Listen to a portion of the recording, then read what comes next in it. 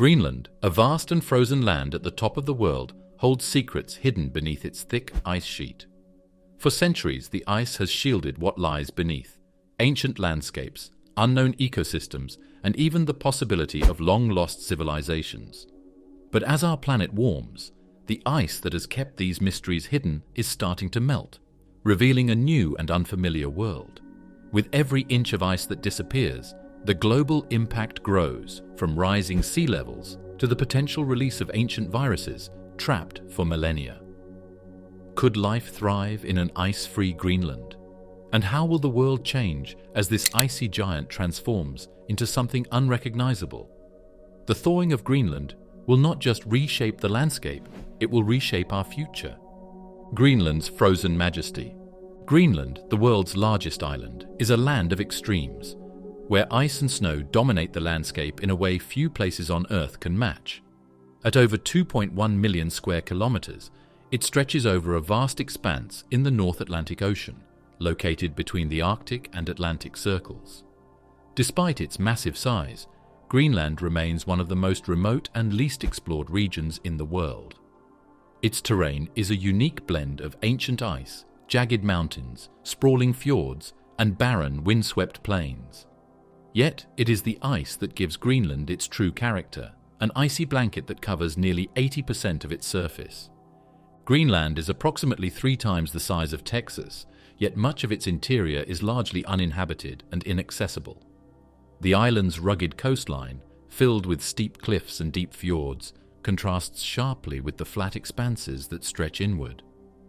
The northern part of Greenland is dominated by an icy wilderness where temperatures can plummet to extreme lows, while the southern part, though still cold, has a slightly milder climate due to its proximity to the warmer waters of the Atlantic.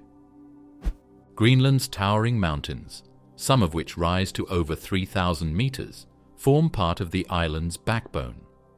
These peaks have stood here for millions of years, carved by glaciers that once flowed with tremendous force.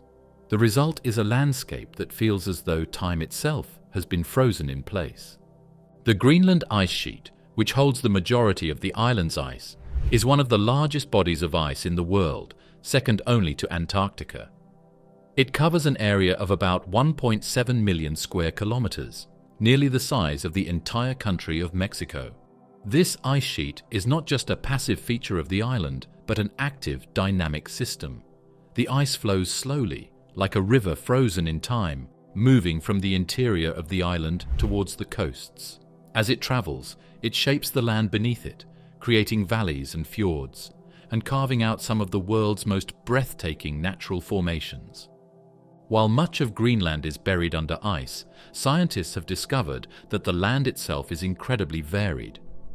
In the center of the island, the underlying rock is some of the oldest on Earth, dating back over 3 billion years.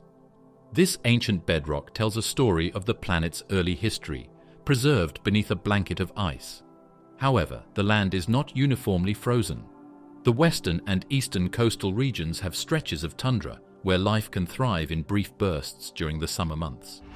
These areas, though harsh, host a surprising variety of wildlife, including muskoxen, Arctic foxes, and migratory birds. The ice sheet does not reach all the way to the sea. Instead, it melts at the edges, feeding massive glaciers that spill into the ocean. These glaciers create enormous icebergs, which break free and float away, drifting across the waters before eventually melting. The fjords, which cut deeply into the land, are often filled with icebergs. Despite its remote location and harsh environment, Greenland's geography is rich with history and mystery. The island's dramatic natural features are the result of millions of years of geological activity, including tectonic shifts and glaciations. The landscape tells a story of a planet that has been in constant motion, where ice and rock have shaped and reshaped the Earth in slow, deliberate ways. The silent giant, Greenland's ice sheet and its vast expanses. The Greenland ice sheet covers nearly 4/5 of the island's surface. More than 3 kilometers thick at some locations, this ice sheet is so massive it plays a central role in shaping the climate of the entire planet. It holds enough water to cause about 7 meters of global sea level rise if it were to melt in its entirety. That staggering amount of water is enough to submerge many of the world's coastal cities. The ice sheet forms an immense dome over the island, pressing down on the land beneath it. This enormous weight has deformed the underlying rock, creating a depression in the Earth's crust.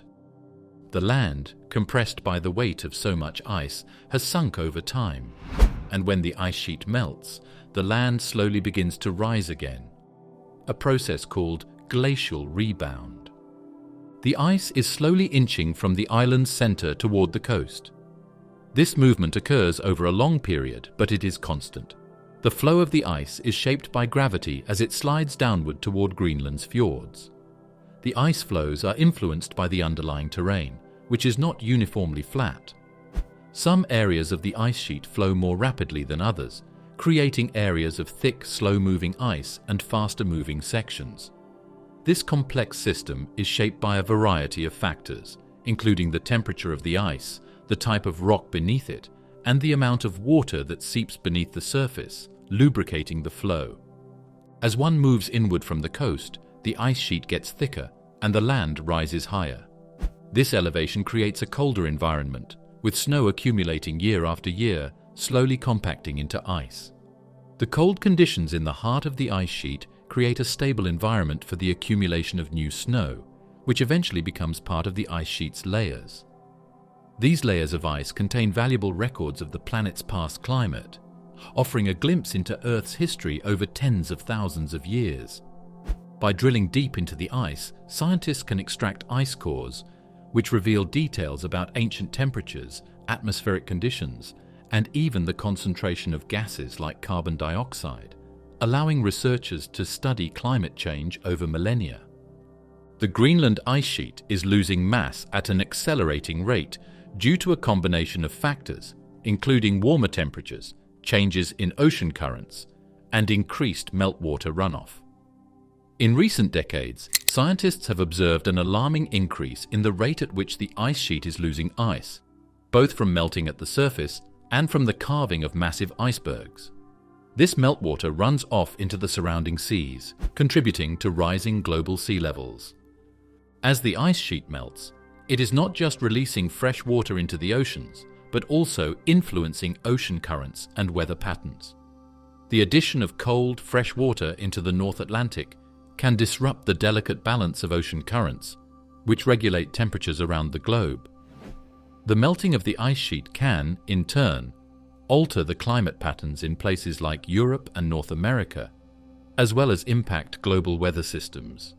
As the climate warms, the ice sheet's surface temperature increases, causing more snow and ice to melt. This process is known as surface melting, and it has been accelerating in recent decades. In some parts of Greenland, the ice sheet is melting from the top down, while in others, the ice is melting from the bottom up as warmer ocean waters erode the glaciers from beneath. This combination of melting from both the surface and the base is contributing to the ice sheet's rapid decline. Calving occurs when large chunks of ice break off from the edge of the ice sheet and fall into the ocean, creating icebergs. These icebergs can be massive, some as large as entire cities. While calving has always been a natural process, the rate at which it occurs has increased significantly in recent years. This is largely due to warmer ocean temperatures, which are eroding the ice from below, weakening it and making it more likely to break off into the sea. The ice is also good at reflecting sunlight. As it melts, however, it is replaced by darker ocean or land, which absorbs more heat from the sun, accelerating warming. This feedback loop, where the loss of ice leads to further warming, is another reason why the changes in Greenland's ice sheet are so concerning. The more ice that melts, the more heat is absorbed, and the cycle continues. While it would take thousands of years for the entirety of the Greenland ice sheet to melt, the current rate of melting is raising alarms about the potential for rapid changes in the coming decades. Rising sea levels threaten to flood cities, displace communities, and disrupt economies. The loss of the ice sheet could also have significant impacts on ecosystems, affecting the delicate balance of life in the Arctic and beyond. While much of the world's attention has focused on carbon emissions and other human-induced changes to the climate, the fate of Greenland's ice sheet is an equally critical factor in understanding the future of our planet. Beneath the ice, a hidden world largely unseen.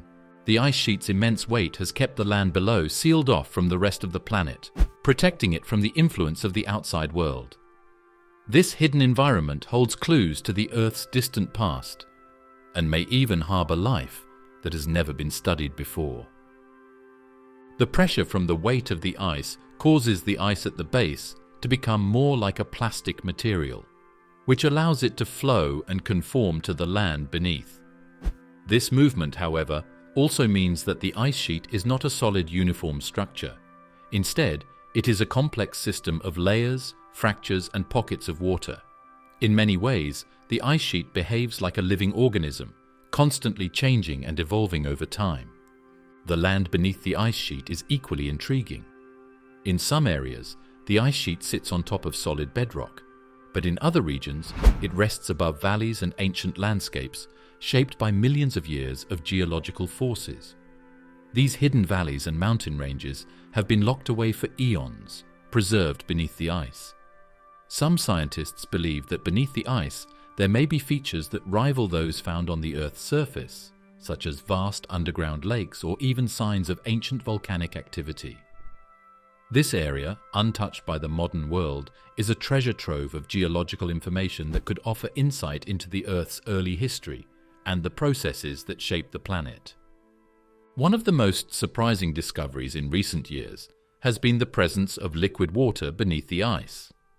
Despite the freezing temperatures, researchers have found pockets of water trapped under the ice sheet.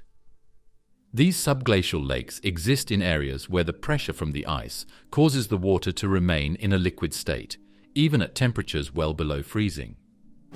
Some of these lakes are thought to be millions of years old, having been sealed off from the outside world for much of that time. Scientists have begun to study these hidden lakes, hoping to find out whether they contain life that has been isolated from the rest of the planet for all this time. The possibility of finding microbial life thriving in these extreme conditions has captured the imagination of researchers, as it would offer a glimpse into how life could exist in other extreme environments, such as Mars or Europa, one of Jupiter's moons. The conditions beneath the Greenland ice sheet are similar to those found in some of the harshest environments on Earth, such as deep-sea hydrothermal vents or subterranean caves. Microbial life has been discovered thriving in these extreme environments, often without access to sunlight or oxygen. These organisms would have adapted to survive in complete darkness, surviving off of chemical reactions rather than sunlight, just as deep-sea creatures do. The ice itself contains valuable information about past climate conditions. Each layer represents a year of snowfall, and within each layer, scientists can study tiny bubbles of air trapped in the ice. These bubbles preserve a record of the atmosphere at the time the ice was formed, giving scientists a window into the climate of the distant past. By studying these ice cores, researchers can reconstruct the Earth's climate history and understand how natural forces, like volcanic eruptions or shifts in the Earth's orbit, have influenced the global climate. Beneath the ice sheet, the bedrock contains layers of sediment that tell the story of the region's geologic history. These sediments can provide information about ancient lakes, rivers, and even glaciers that once existed in Greenland. Some researchers believe that beneath the ice sheet there may be the remnants of ancient ecosystems preserved in the layers of sediment. Fossils, if they exist, could offer valuable insights into the types of life that once inhabited the region and how life has evolved in response to changing climates. The subglacial world beneath Greenland's ice sheet is also significant for another reason. It is an essential piece of the puzzle when it comes to understanding the ice sheet's behavior and how it might change in the future.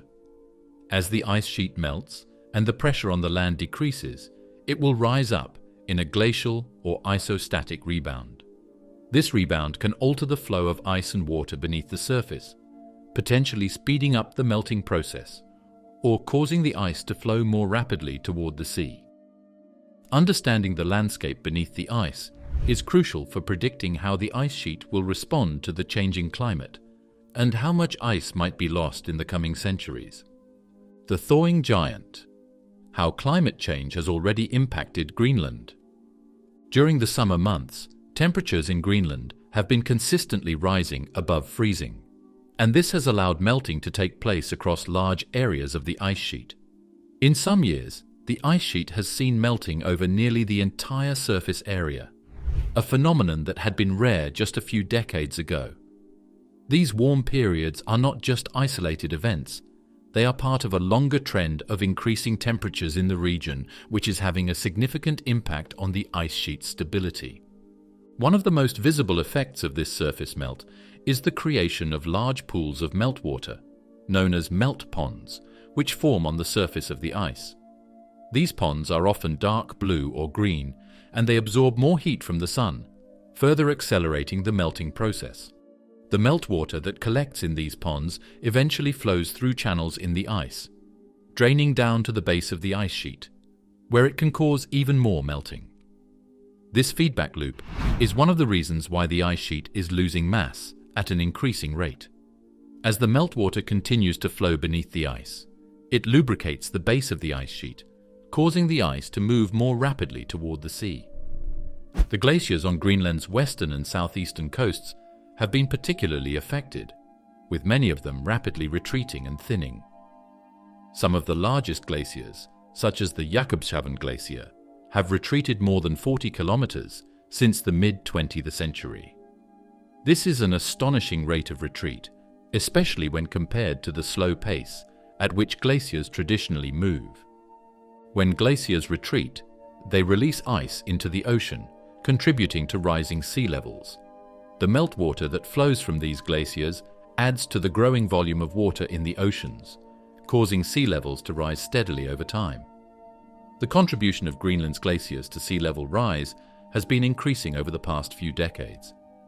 Between 1992 and 2018, Greenland's ice sheet lost about 3,500 gigatons of ice, which has contributed roughly 10 millimeters to global sea level rise.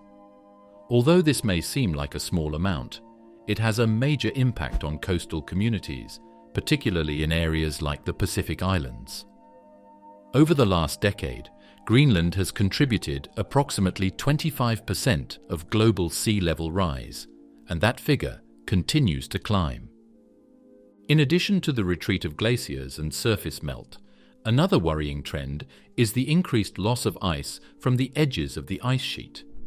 Calving has been a natural part of the ice sheet's dynamics for millions of years, but the rate of calving has dramatically increased. In some cases, glaciers have retreated so far that they no longer reach the ocean, causing them to lose their ability to calve altogether.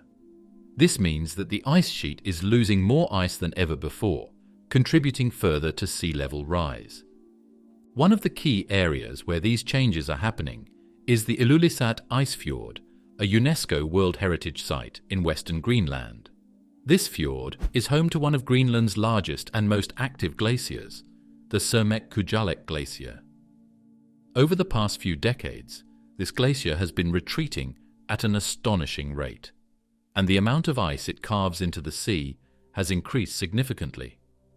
In the early 20th century, the glacier calved around 1.2 cubic kilometers of ice per year. Today that number has increased to over 20 cubic kilometers annually. The ice that breaks off from the glacier forms massive icebergs, some of which are among the largest on the planet. These icebergs float away from Greenland and eventually melt in warmer waters. As the ice sheet melts, it changes the landscape of Greenland itself. The once frozen terrain is slowly being exposed, revealing new land that has been hidden beneath the ice for millions of years. This new land is often barren and inhospitable, but it is beginning to see the first signs of life. Scientists have observed the growth of plants, particularly in the southern parts of Greenland, as the ice retreats. In some areas, vegetation that has not been seen for thousands of years is beginning to reappear, signaling the arrival of a new ecological phase in the region. As the ice sheet melts, it adds fresh water to the North Atlantic Ocean, disrupting the delicate balance of ocean currents. These currents, which regulate temperatures across the globe, are sensitive to changes in salinity and temperature. The influx of fresh water from the melting ice sheet could alter the flow of currents like the Gulf Stream. If these currents slow down or change course, it could lead to cooler temperatures in parts of Europe and the eastern United States, as well as shifts in weather patterns that could affect global food production. In addition to these environmental changes, the melting of Greenland's ice sheet poses significant challenges for the people living in the region. Melting ice and retreating glaciers have already caused changes to local communities, particularly in coastal areas. As the ice sheet shrinks and the land beneath it rises, it can cause the ground to become unstable, leading to landslides and erosion in some areas.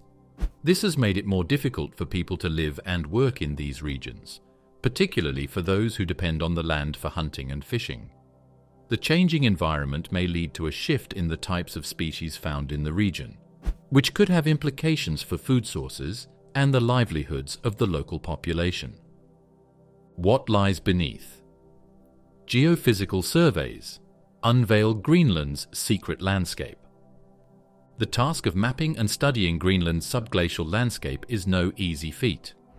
The ice sheet covers roughly 80% of the island and can be incredibly thick. To make matters more complicated, the surface of the ice is constantly shifting. Its constant motion changes the landscape underneath. Despite these challenges, new technologies have made it possible to explore the frozen land beneath and begin to understand what lies beneath the ice. One of the key tools that scientists use to peer beneath Greenland's ice sheet is radar. Ground-penetrating radar, or GPR, sends radio waves deep into the ice, which then bounce off the bedrock or any other layers beneath the ice. By analyzing how the waves are reflected back, scientists can create detailed images of what's below.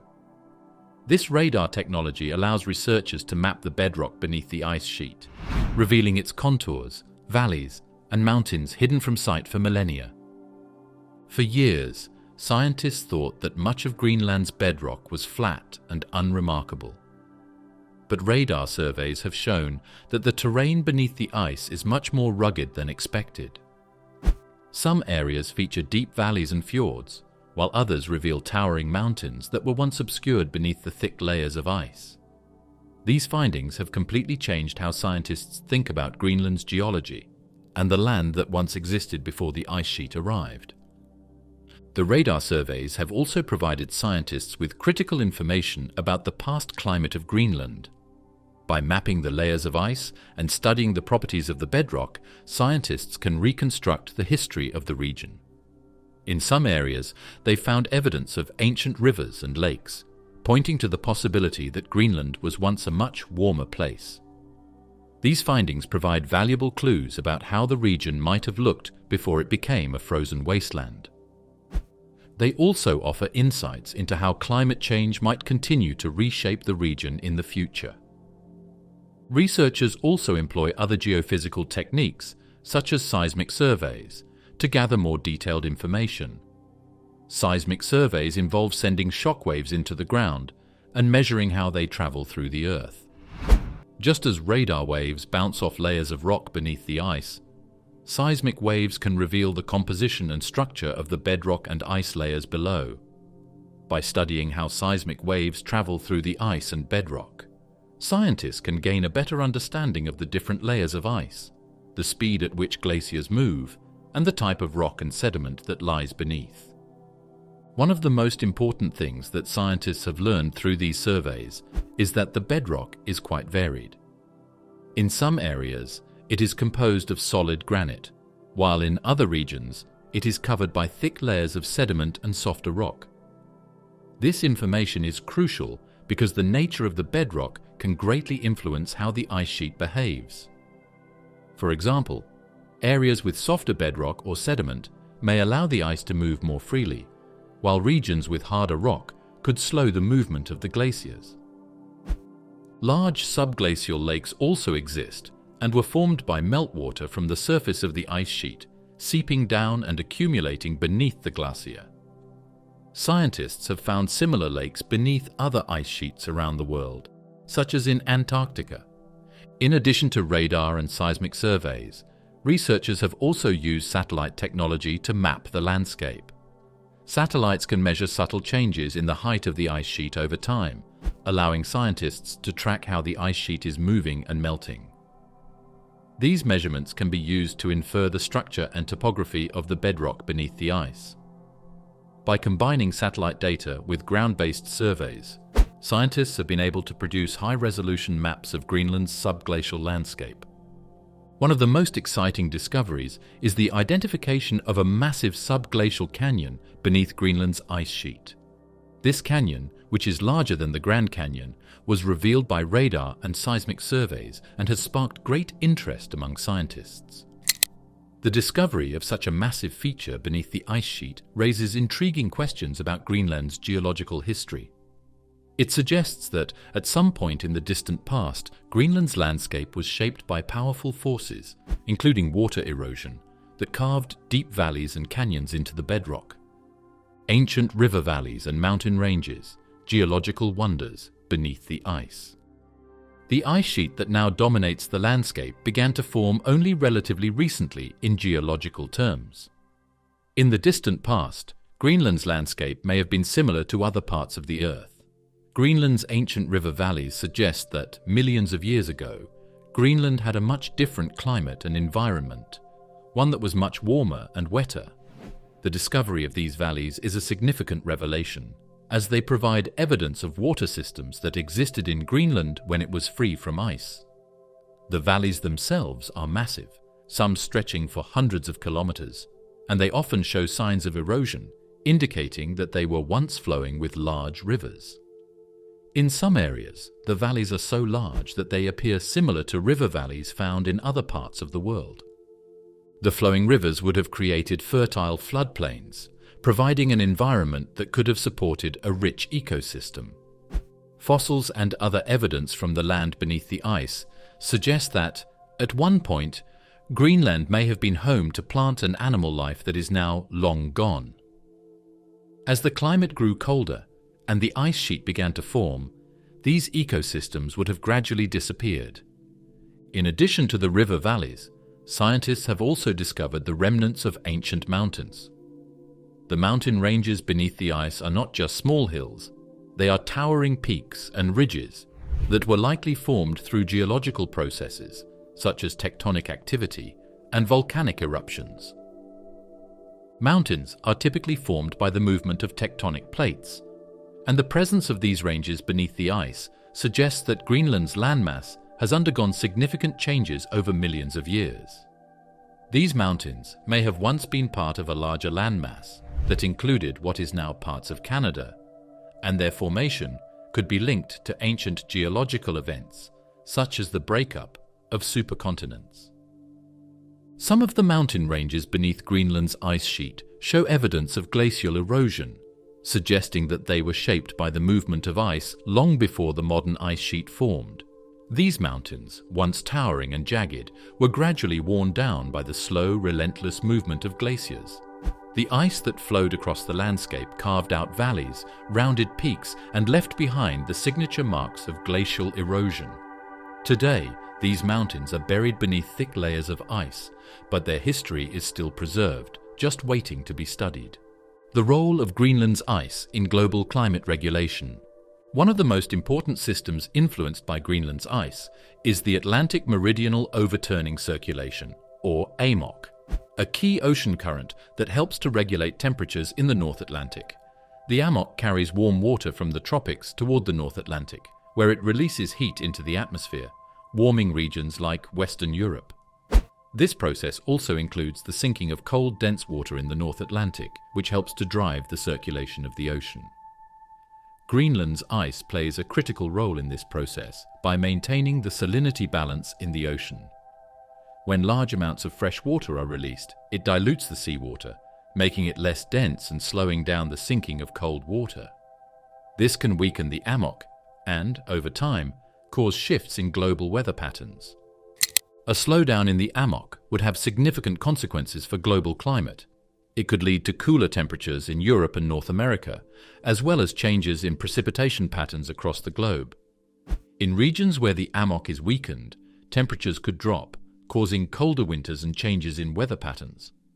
Similarly, the slowdown of the AMOC could also alter the distribution of nutrients in the ocean, which could affect marine life and fisheries, impacting food supplies for millions of people around the world.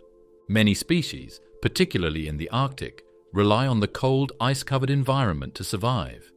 As the ice melts, it threatens the habitats of polar bears, seals, and other wildlife that depend on the ice for hunting, breeding, and shelter. Additionally, the loss of ice in Greenland could disrupt the migration patterns of birds and marine animals that rely on the region's ecosystems for food and breeding grounds. The effects on wildlife could cascade through entire ecosystems, leading to changes in biodiversity and the health of ecosystems across the planet. The ice sheet plays a critical role in maintaining the balance of the Earth's atmosphere and ecosystems. As the ice continues to melt, the impacts of climate change will become more pronounced, affecting not only the Arctic region but the entire planet. A glimpse into the past, how the ice sheet holds clues to Earth's history. By drilling deep into the ice sheet, researchers can extract long cylinders of ice that contain layers formed over thousands of years. Each layer holds trapped air bubbles, dust, and tiny particles that tell a story about the Earth's atmosphere at the time the ice was formed. These layers, like the rings of a tree, are like pages in a book. One of the most important aspects of these ice cores is the air bubbles trapped within them. These bubbles are tiny pockets of ancient air, preserved in the ice for centuries or even millennia.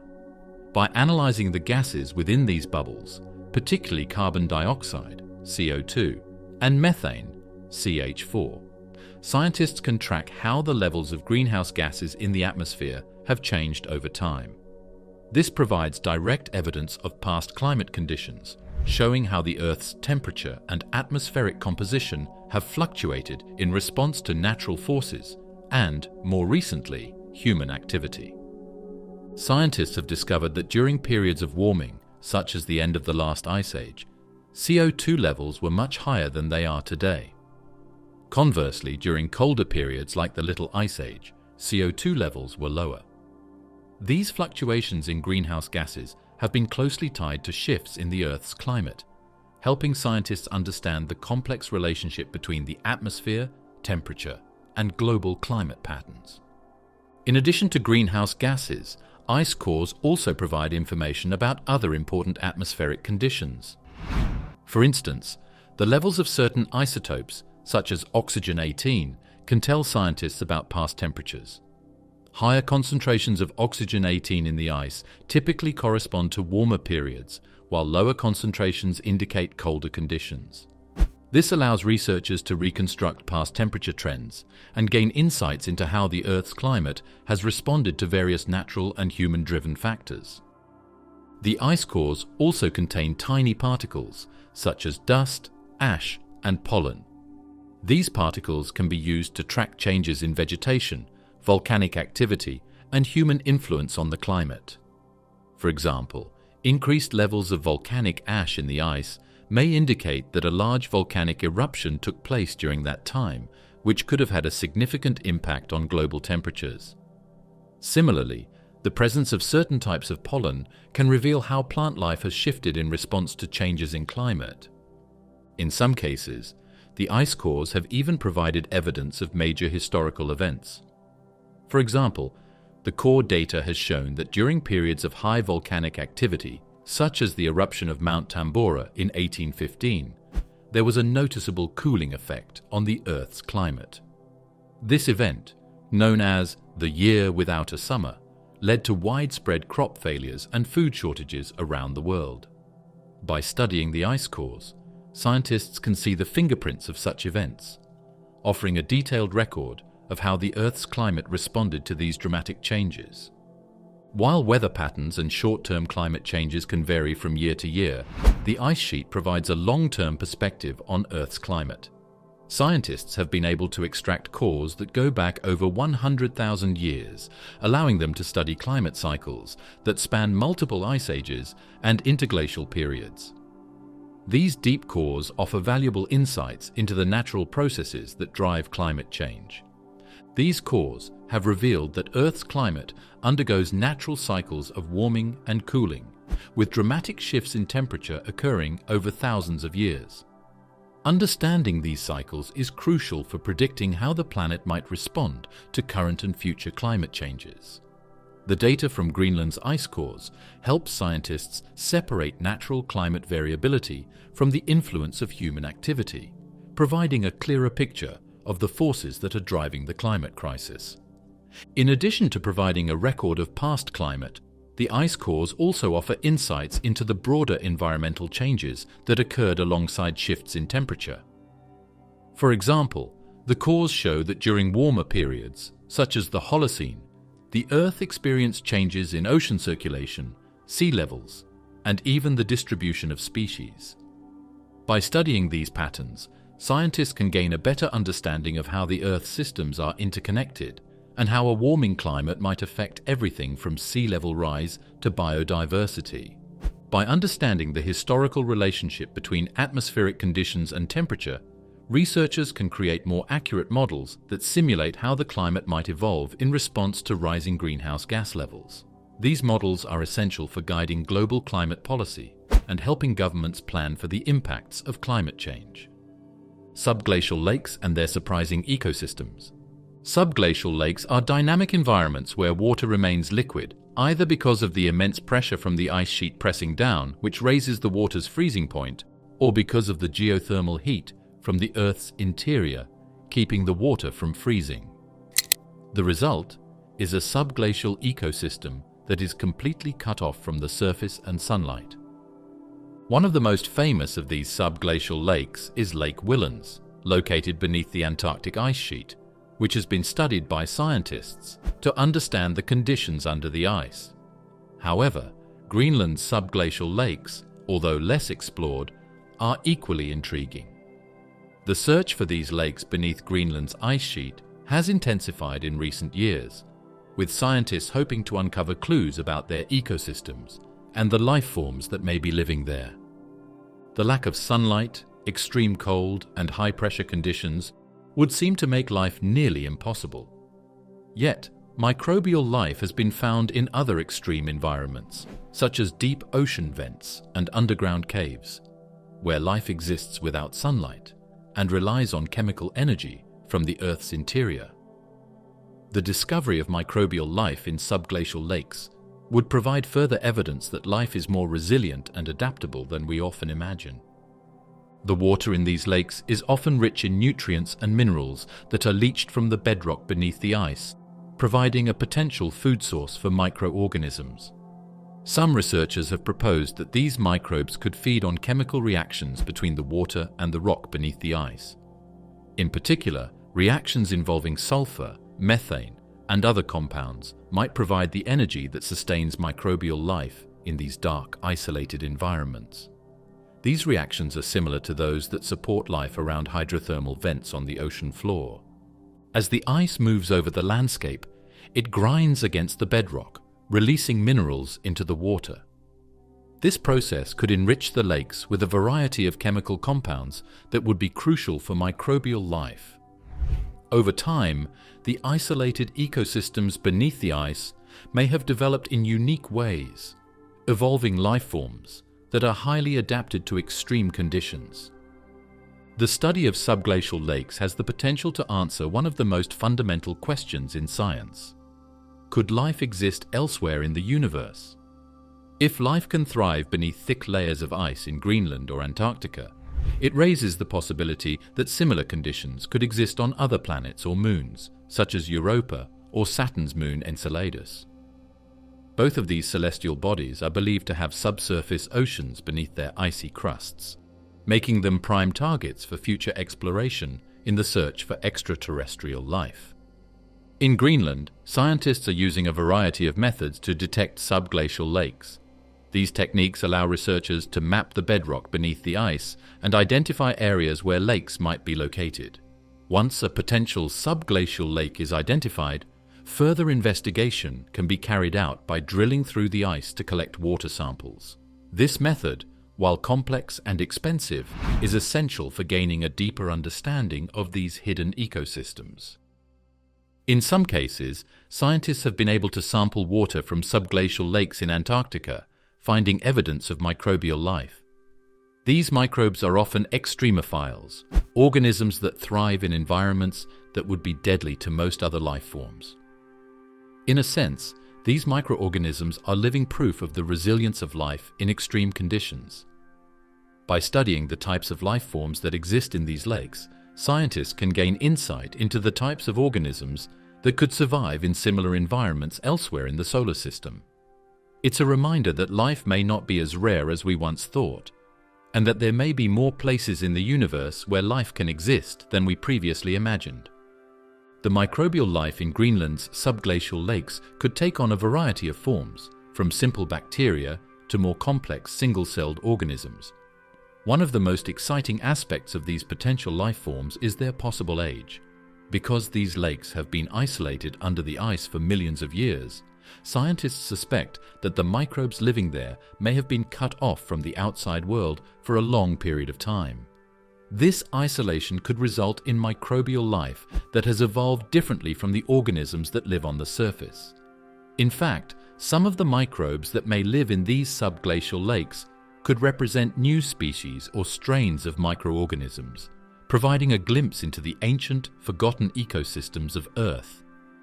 However, there are significant challenges to studying these ecosystems.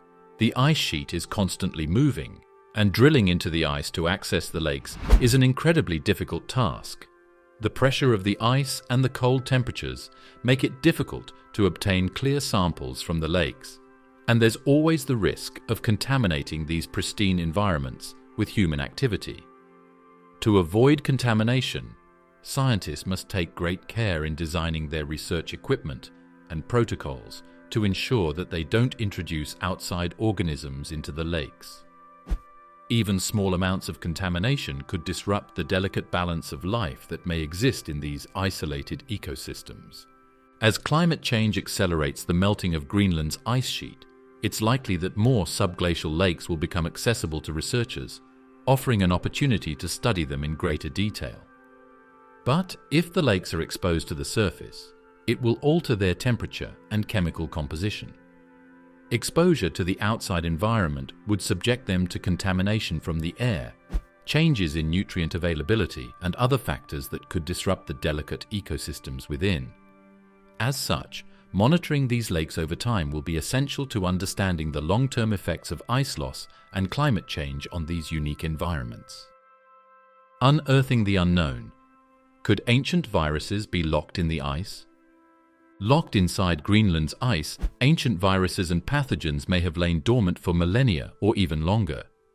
As the ice sheet shrinks, researchers are now faced with the unsettling question of whether these ancient viruses could awaken and pose a risk to modern ecosystems and human health. Viruses are among the most resilient biological entities on Earth.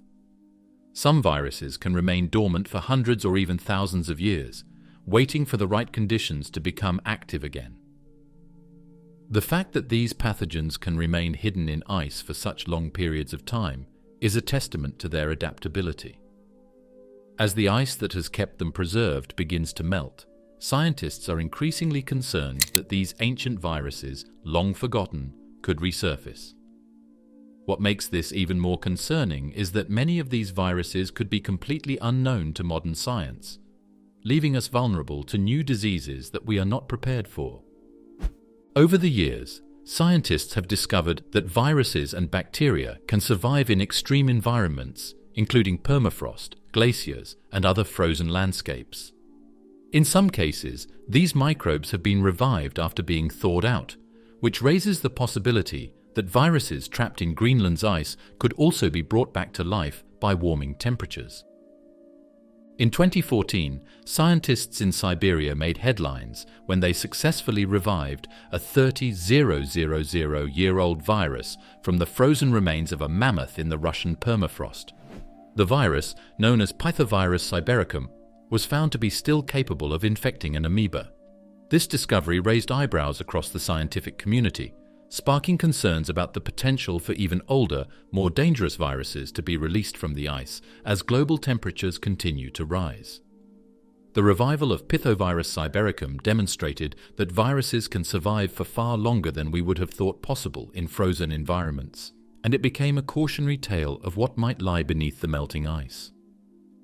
Greenland's ice sheet may contain even older viruses that predate recorded human history and that could be completely unfamiliar to modern science.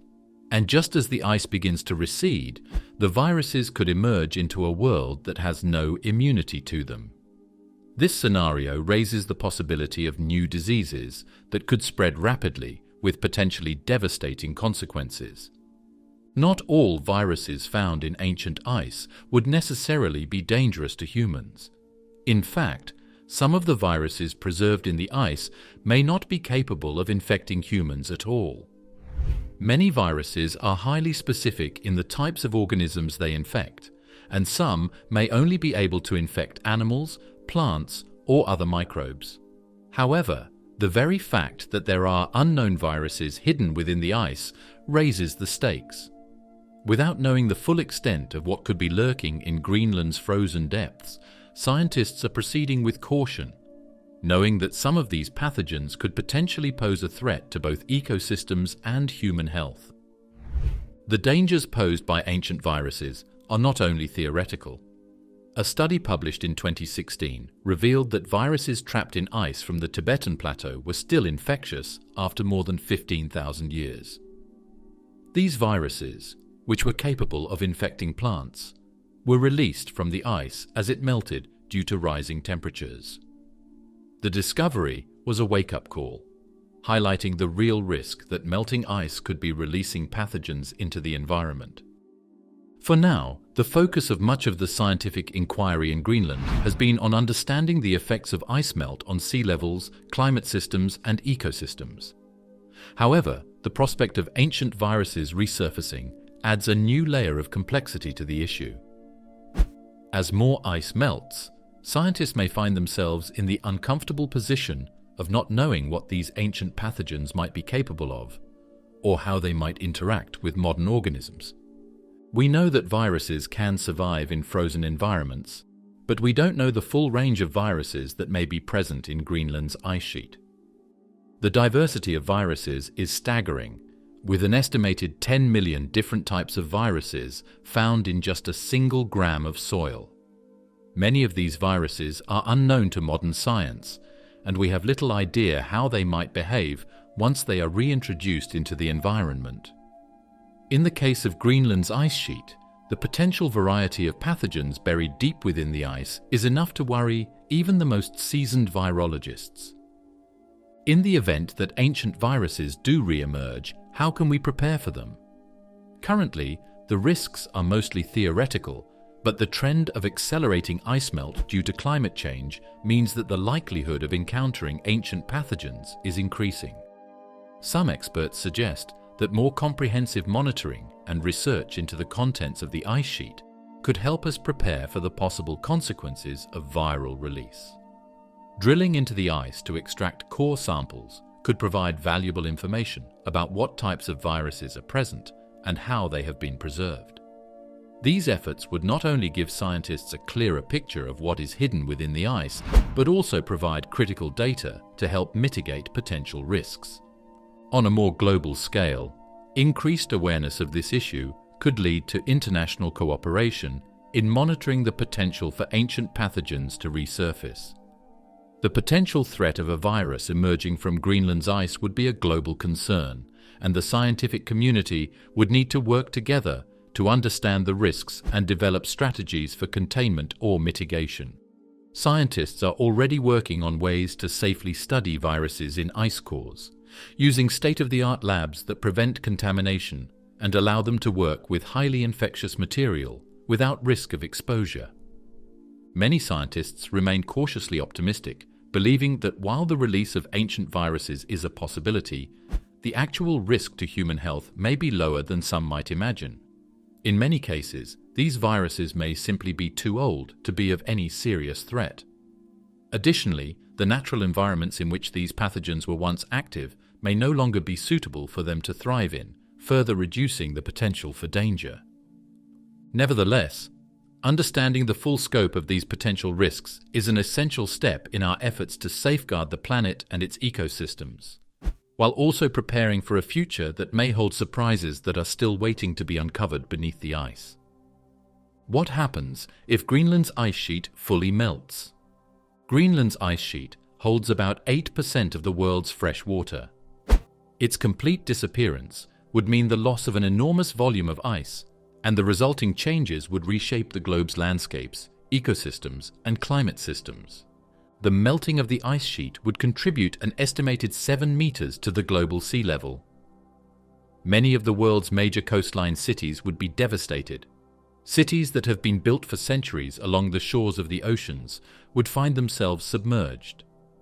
Coastal areas that are home to millions of people would be inundated, displacing entire populations and creating a wave of climate refugees. According to projections, sea levels in the New York area, for instance, could rise by up to 1.5 meters, or 5 feet, by the end of the century if current trends continue. This would submerge neighborhoods along the waterfront and put critical infrastructure, including airports, subways, and roads, at risk. In addition to flooding, the city would experience more extreme weather events, such as powerful storm surges, which would exacerbate the impact of sea level rise. Island nations like the Maldives, the Marshall Islands, and Tuvalu could find themselves wiped off the map entirely. Even countries with larger land masses but extensive coastlines, such as Bangladesh or the Netherlands, would face catastrophic flooding affecting agriculture, infrastructure, and entire communities. Entire ecosystems, including wetlands and mangroves, would be wiped out by the encroaching water. Not only would the rising sea displace people and cause massive economic losses, but it would also put pressure on freshwater supplies, as saltwater intrusion ruins sources of drinking water and irrigation. The released fresh would slow down or even shut down key currents like AMOC. One of the most notable consequences of a weakened AMOC would be the intensification of extreme weather. Without the stabilizing influence of the currents, storm systems could become more powerful, more erratic, and more frequent. We could see a rise in both heat waves and intense cold spells, heavy rainfall events, and long-lasting droughts. The sudden shifts in atmospheric and oceanic circulation could also cause major disruptions to agricultural patterns. Some areas may become too hot or dry to grow crops, while others could experience floods that destroy harvests. Greenland's ice sheet contains significant amounts of methane trapped in frozen sediments, particularly in the form of methane hydrates. This methane would be released into the atmosphere, accelerating global warming even further. As the ice sheet recedes, it will expose land that has been frozen for thousands of years. Over time, it could support new ecosystems as plants and animals begin to colonize the newly exposed soil. This colonization, however, could also bring problems.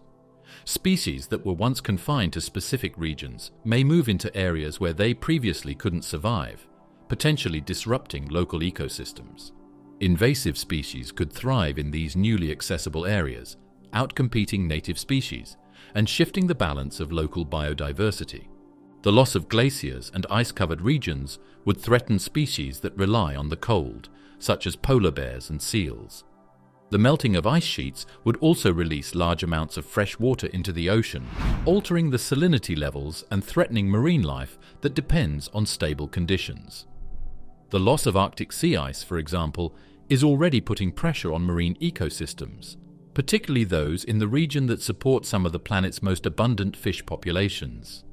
The collapse of this ecosystem would have ripple effects throughout the world's fishing industries, impacting millions of people who rely on seafood for sustenance and income. On a societal level, The full melting of Greenland's ice sheet could lead to significant geopolitical instability. The loss of land would spark conflicts over resources. The displacement of millions of people from flooded coastal regions could lead to a massive refugee crisis, with people migrating in search of habitable land.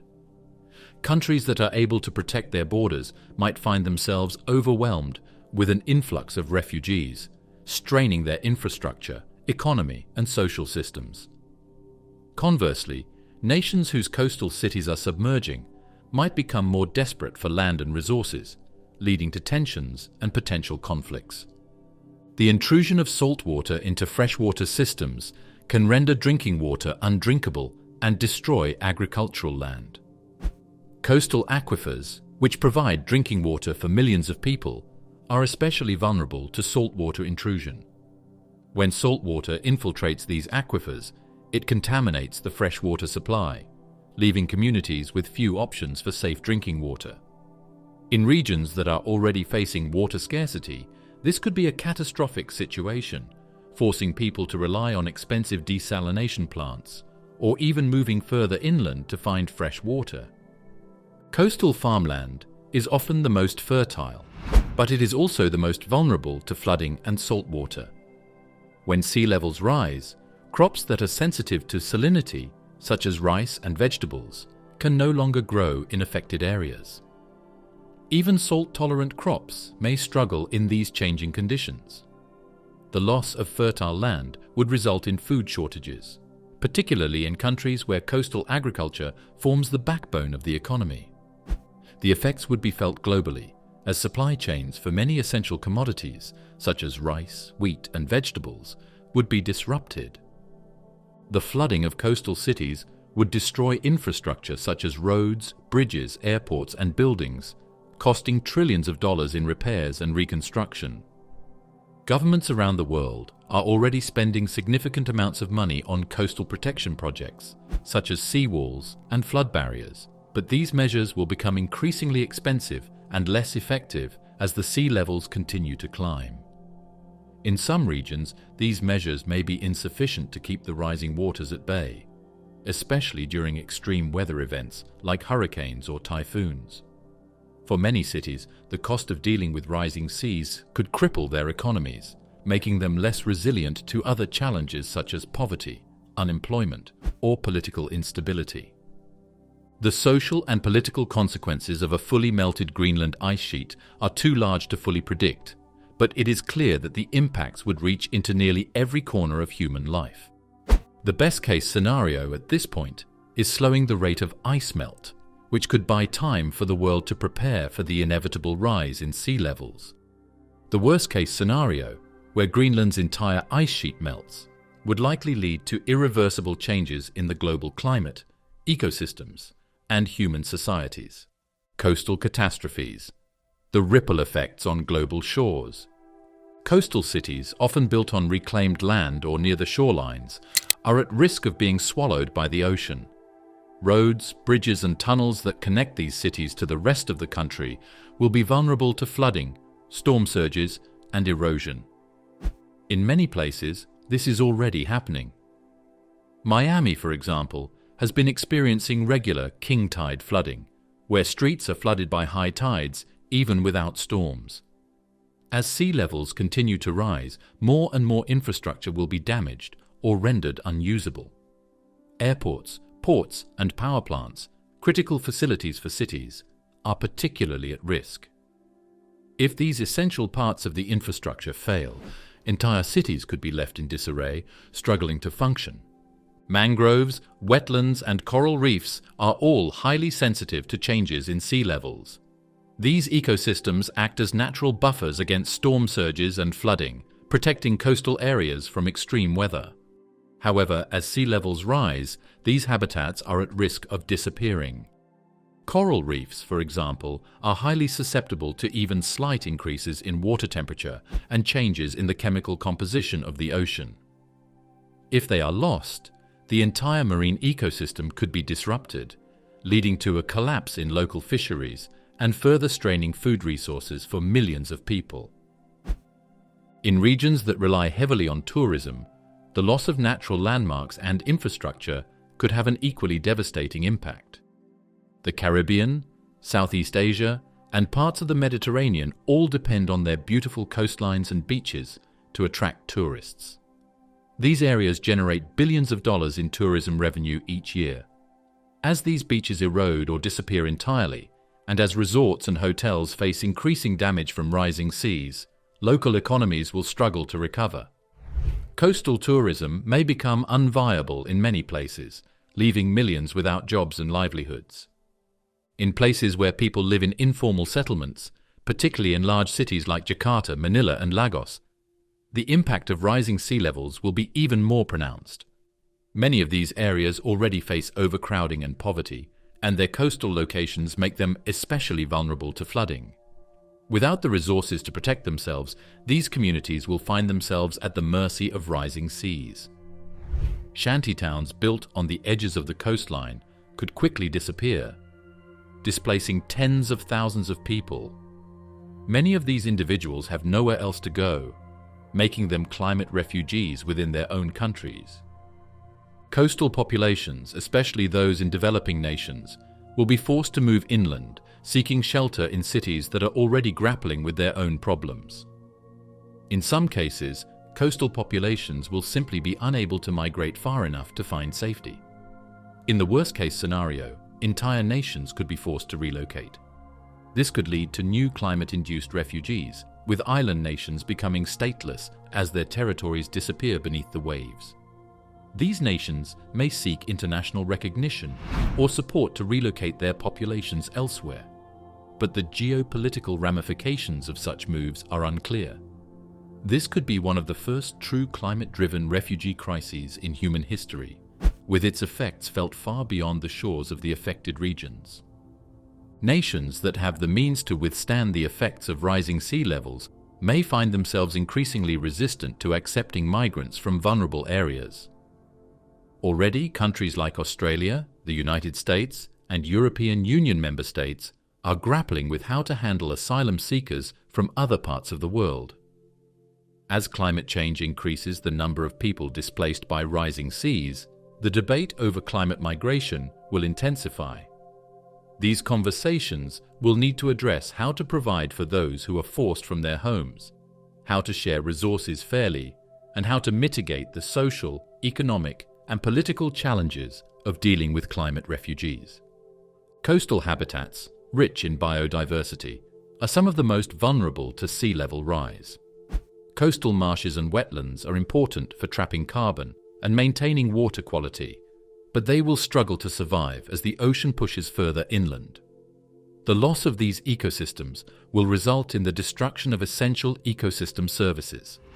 Cities like New York, London, and Tokyo are iconic global centers of finance, trade, and culture, and the collapse of these cities would have profound ripple effects on the global economy. As the waters rise, so too will the urgency for global cooperation, preparedness, and climate action. The choices made today will determine how well the world can weather the storm of rising seas and whether future generations will be left to deal with the full force of this unprecedented challenge. What would Greenland look like after the ice is gone? At first, the land would appear stark and barren. The surface, once pressed flat by the ice, would begin to crack and shift. In the early stages, it would be a raw, rocky expanse with few signs of life. The slowly rising land would create new coastlines, reshaping the island's shoreline and altering the very geography of Greenland. Large expanses of rock, boulders, and fractured terrain would stretch out where glaciers once carved deep valleys. Old river valleys, rivers, and lakes that had been buried under the ice would begin to emerge again, their waters flowing freely for the first time in thousands of years. The erosion of the land would continue, breaking down mountains, hills, and ridges that were once hidden by glaciers. Without the ice sheet, Greenland's water drainage system would begin to shift. The melting ice would supply fresh water, filling the land's natural basins, valleys, and depressions. Over time, this water would form rivers and lakes, flowing into the seas or gathering in new inland freshwater reservoirs. These new water systems would help shape the newly exposed landscape, providing essential resources for future ecosystems to take hold. The re-emergence of life on Greenland's land would not be without challenges. The soil that is exposed by the melting ice would be relatively infertile, and much of it would be exposed to the harsh conditions of wind and erosion. For the new ecosystems to truly thrive, the soil would need time to accumulate nutrients, a process that would take centuries. The first signs of life would likely be grasses, mosses, and hardy shrubs, which are already adapted to cold environments. These plants would quickly colonize the newly exposed land, offering a foundation for other species to follow. Over time, as the climate warms, more complex plant life, such as shrubs, bushes, and eventually trees, would begin to take root.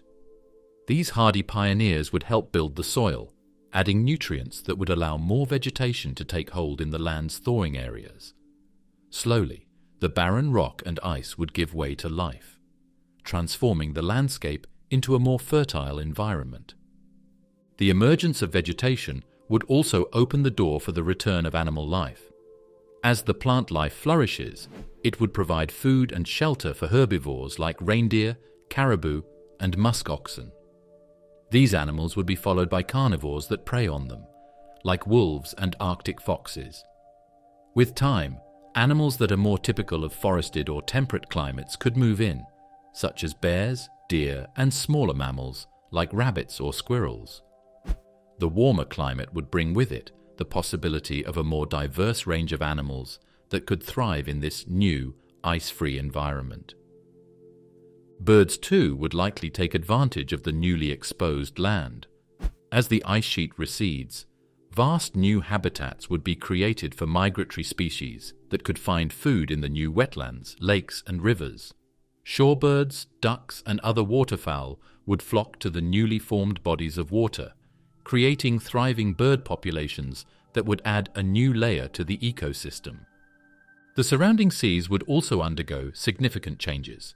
Cold water species like seals, whales, and cold-adapted fish might find their habitat shrinking or disappearing entirely, while warmer water species could migrate into these now warming waters. Invasive species from more temperate climates could also make their way into these ecosystems, potentially shifting the balance of life in the oceans surrounding Greenland. The gradual warming of the climate would allow life to adapt to the new conditions, creating unique ecosystems.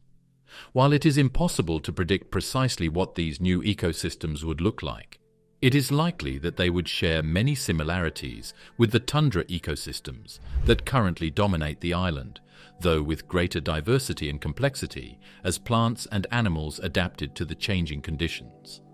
As new life flourishes, the landscape itself would change even more dramatically. New forests could begin to grow, although they would likely take a long time to develop. Trees such as birch, spruce, and poplar might take root in the more temperate parts of Greenland. These forests would help stabilize the soil, preventing further erosion and creating even more fertile ground for life to thrive. If temperatures continue to rise over the coming centuries, the forests might grow denser, creating a completely new Greenland compared to the one we know today. A Greenland without ice would likely become a site of human interest. The newly exposed land would be rich in minerals and resources that have long been out of reach. As the global community faces the consequences of climate change, these resources could become increasingly valuable. Greenland's role in global geopolitics and resource extraction could change, potentially leading to more development, exploration, and settlement on the island. The future Greenland, without its vast ice sheet, would be a land of stark contrasts, where new life would emerge and grow, but also where new challenges would arise. A new era would begin. Whether that era would be one of abundance or struggle, however, would depend largely on how humanity chooses to respond. Exploring the possibility of a new Greenland. Can humans utilize its land? How might humanity adapt to this new, changing environment? What new technologies and strategies would be required to fully harness the potential of an ice-free Greenland? The first, and perhaps most immediate opportunity presented by, is the potential for agriculture. The land that is now locked under ice could, in time, become fertile soil, suitable for farming. The new freshwater lakes, rivers, and wetlands would be crucial for irrigating crops, especially as Greenland's climate warms, making farming a more viable option. Currently, Greenland's agriculture is limited. The island is sparsely populated, and the harsh climate makes it difficult to grow much beyond hardy crops like potatoes and some vegetables. However, if the ice melts and the climate warms, the possibility of growing a wider range of crops becomes much more likely. Fields of barley, wheat, and other grains could flourish in the temperate areas that emerge from under the ice. With the right soil and climate conditions, farmers could establish sustainable agricultural systems, and Greenland could even begin to export food, moving beyond its current reliance on imports. This could be particularly valuable for regions experiencing their own agricultural challenges due to climate change. In addition to farming, the rise of new plant life could create a more sustainable environment for livestock. Grasslands and shrublands would begin to dominate large areas, offering grazing land for herds of reindeer, sheep, and cattle. These animals could thrive in the new conditions, which would be more temperate and suitable for livestock farming than the cold tundra that currently defines Greenland's landscape. In this way, Greenland could become a significant producer of meat, dairy, and other animal products, adding another layer to its economic potential. Alongside agriculture, tourism is another avenue that could thrive in a post-ice Greenland. The untouched beauty of Greenland, with its dramatic coastal cliffs, newly formed lakes, and river valleys, could draw travelers from around the world. Greenland, as it stands today, already attracts a limited but steady stream of tourists, primarily for its unique ice-covered landscape, wildlife, and natural beauty. However, the ice-free version of Greenland could offer a completely new set of attractions, including warmer, more accessible hiking and exploration opportunities, boating on the newly formed lakes, and ecotourism. Tourism could have both positive and negative effects. On the one hand, it would provide jobs and stimulate the economy, making Greenland a more prosperous and well-known destination on the world stage. It could also promote environmental conservation efforts, as tourists may come to appreciate the fragility of the newly emerging ecosystems and push for their protection.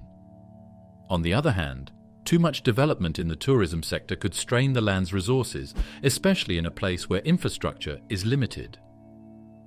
An influx of tourists could disrupt the delicate balance of the ecosystems that begin to take hold in Greenland, and careful planning would be essential to prevent overexploitation of the land and resources. Perhaps the most ambitious possibility for an ice-free Greenland would be the establishment of large human settlements. The transformation of the island into a more temperate and hospitable environment could lead to increased migration from other parts of the world. This new land, once considered inhospitable, could offer a fresh start for those looking to escape overpopulated urban areas or harsh climates elsewhere. As the land becomes more suitable for farming, housing, and other infrastructure, cities and towns could begin to sprout across Greenland's once barren plains. While Greenland's new climate might allow for human habitation, the island is still remote, with limited infrastructure. The development of roads, housing, energy systems, and communication networks would be a monumental task, requiring significant investments. The potential for resource extraction, such as mining or oil drilling, could drive the need for infrastructure development, but this also comes with environmental concerns. The balance between preserving Greenland's new ecosystems and meeting the demands of a growing population would need to be carefully considered. In addition to the physical challenges of building settlements, there would also be cultural and political considerations. Greenland is currently an autonomous territory of Denmark, with a small population that enjoys a certain level of self-governance. The potential for large-scale settlement and development could alter the political and social dynamics of the island. Local populations would need to decide how much development they are willing to allow, and how to ensure that their unique way of life is preserved in the face of global interest and potential industrialization. As new human settlements emerge in Greenland, the island's role in the world could shift dramatically. With its vast and largely untapped resources, Greenland could become a new economic powerhouse, offering not only agricultural goods and tourism services, but also mineral and energy resources. This new economic development could bring new challenges, especially with regards to the environment. As industries such as mining, oil extraction, and shipping grow in Greenland, the impact on the surrounding environment could be significant. The delicate ecosystems that have begun to thrive in the ice-free areas could be threatened by pollution and overdevelopment. Greenland's natural systems, as they exist today, are deeply connected to global processes like ocean circulation and heat regulation. Greenland's transformation into a new, habitable land would be part of a much larger global shift, one that would require careful management and international cooperation. If humanity is to make use of this new Greenland, it will need to take a measured and thoughtful approach, ensuring that the island's transformation benefits both its local populations and the world at large. Mineral wealth. What resources lie beneath the ice? Greenland is known to have significant deposits of rare earth metals, which are essential for manufacturing electronics, renewable energy technologies, and advanced batteries. The growing global demand for renewable energy solutions, including wind turbines and electric vehicles, has driven the need for these metals. Greenland's vast mineral reserves could play a crucial role in meeting this demand. Among the most valuable minerals found in Greenland are rare earth elements such as neodymium, which is critical for manufacturing magnets used in wind turbines and electric vehicle motors. Another key element is lithium, a crucial component in rechargeable batteries for everything from smartphones to electric cars. As the world continues to transition toward a greener future, the importance of securing reliable sources of lithium and other rare earth metals is rising. Greenland, with its relatively untapped resources, could become a major supplier of these materials. Apart from rare earths, Greenland is also believed to have significant deposits of metals, such as zinc, copper, and gold. These metals are widely used in various industries, including construction, electronics, and manufacturing. With global demand for these metals remaining strong, Greenland's potential to provide these essential resources could make it a critical player in the global market.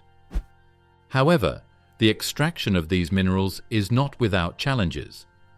Mining in Greenland would require extensive infrastructure, as the island's remote location and lack of developed transportation networks pose significant obstacles. Extracting these minerals from beneath the ice would also be a delicate operation. It would involve navigating through thick ice and rock, which could be expensive and technologically demanding. The process could also have significant environmental impacts. The island is believed to sit atop vast oil and gas reserves that could become accessible as the ice sheet continues to recede. Offshore drilling has already been proposed in Greenland's waters, with oil companies showing interest in exploring the region's potential for oil and natural gas extraction. The region's Arctic waters are thought to contain large quantities of oil, especially in the areas around the Greenland Sea. The opening of new trade routes due to melting ice could also make it easier for companies to transport oil and gas from these newly accessible regions. However, the Arctic is a highly sensitive region, and drilling for oil and gas could have devastating effects on local ecosystems. Oil spills in particular are a major concern.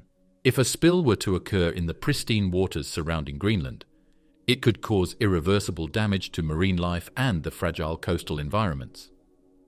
Additionally, the carbon emissions associated with fossil fuel extraction and burning would only serve to exacerbate global warming.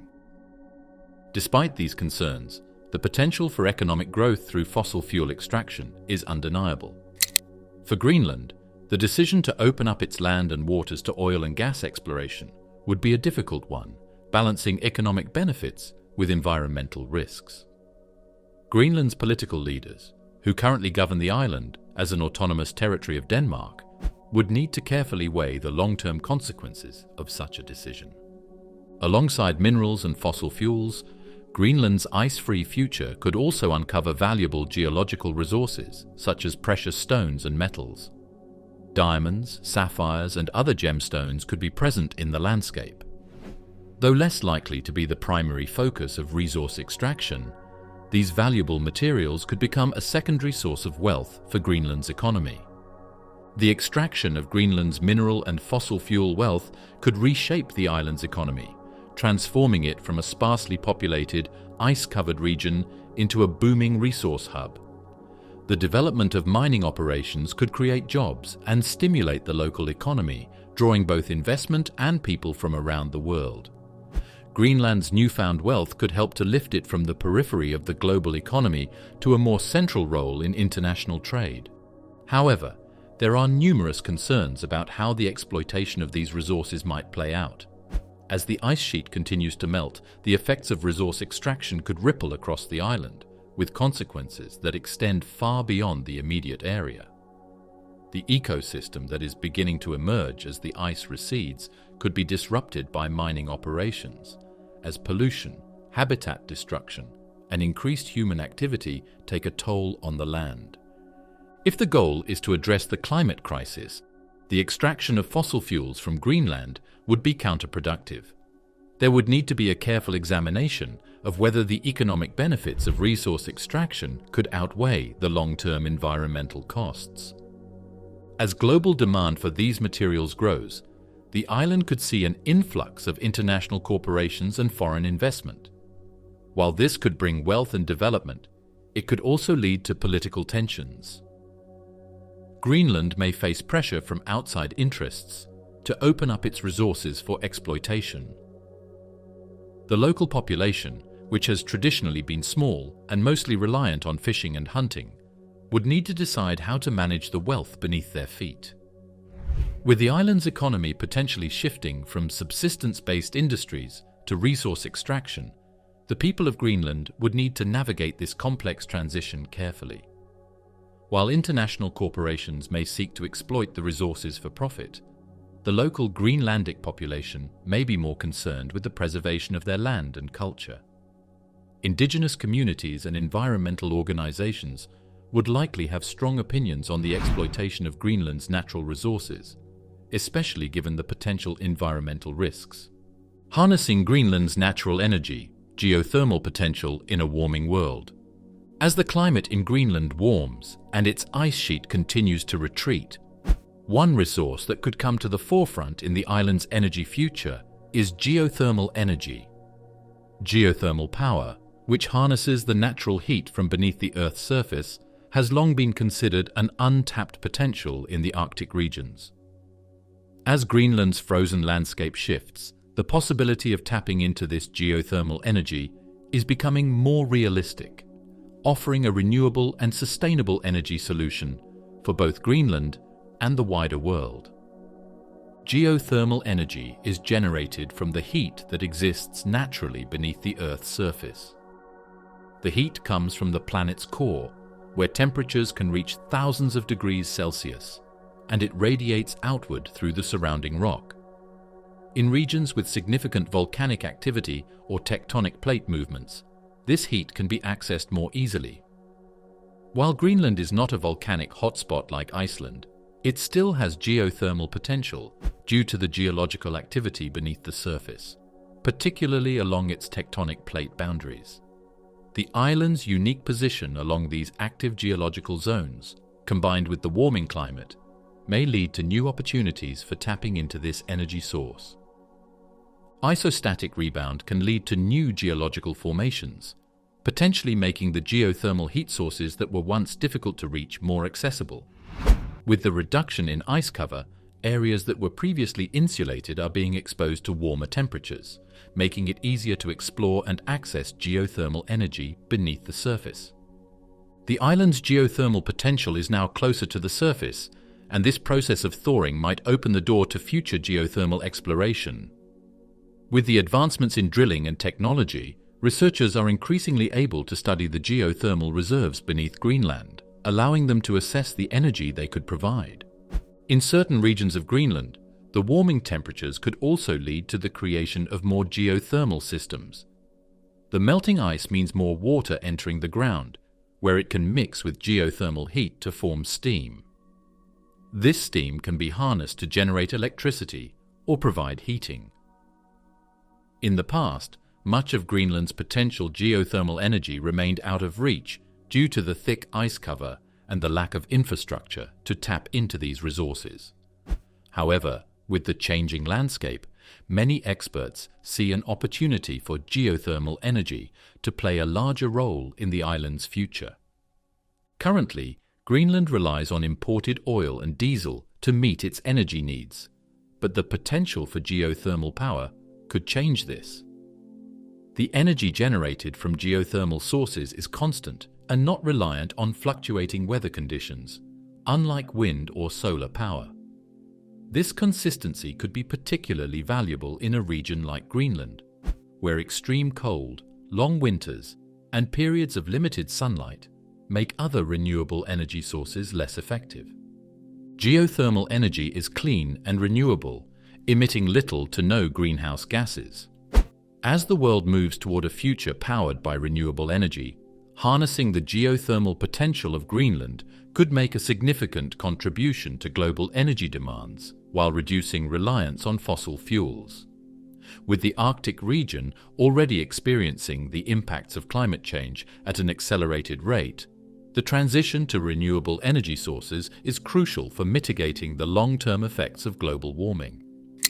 As the world increasingly looks to decarbonize, there is growing interest in the development of new energy sources, particularly in regions that are still relatively untapped. Greenland's geothermal resources could attract international investment, especially from countries and corporations seeking to shift their energy portfolios toward renewable sources.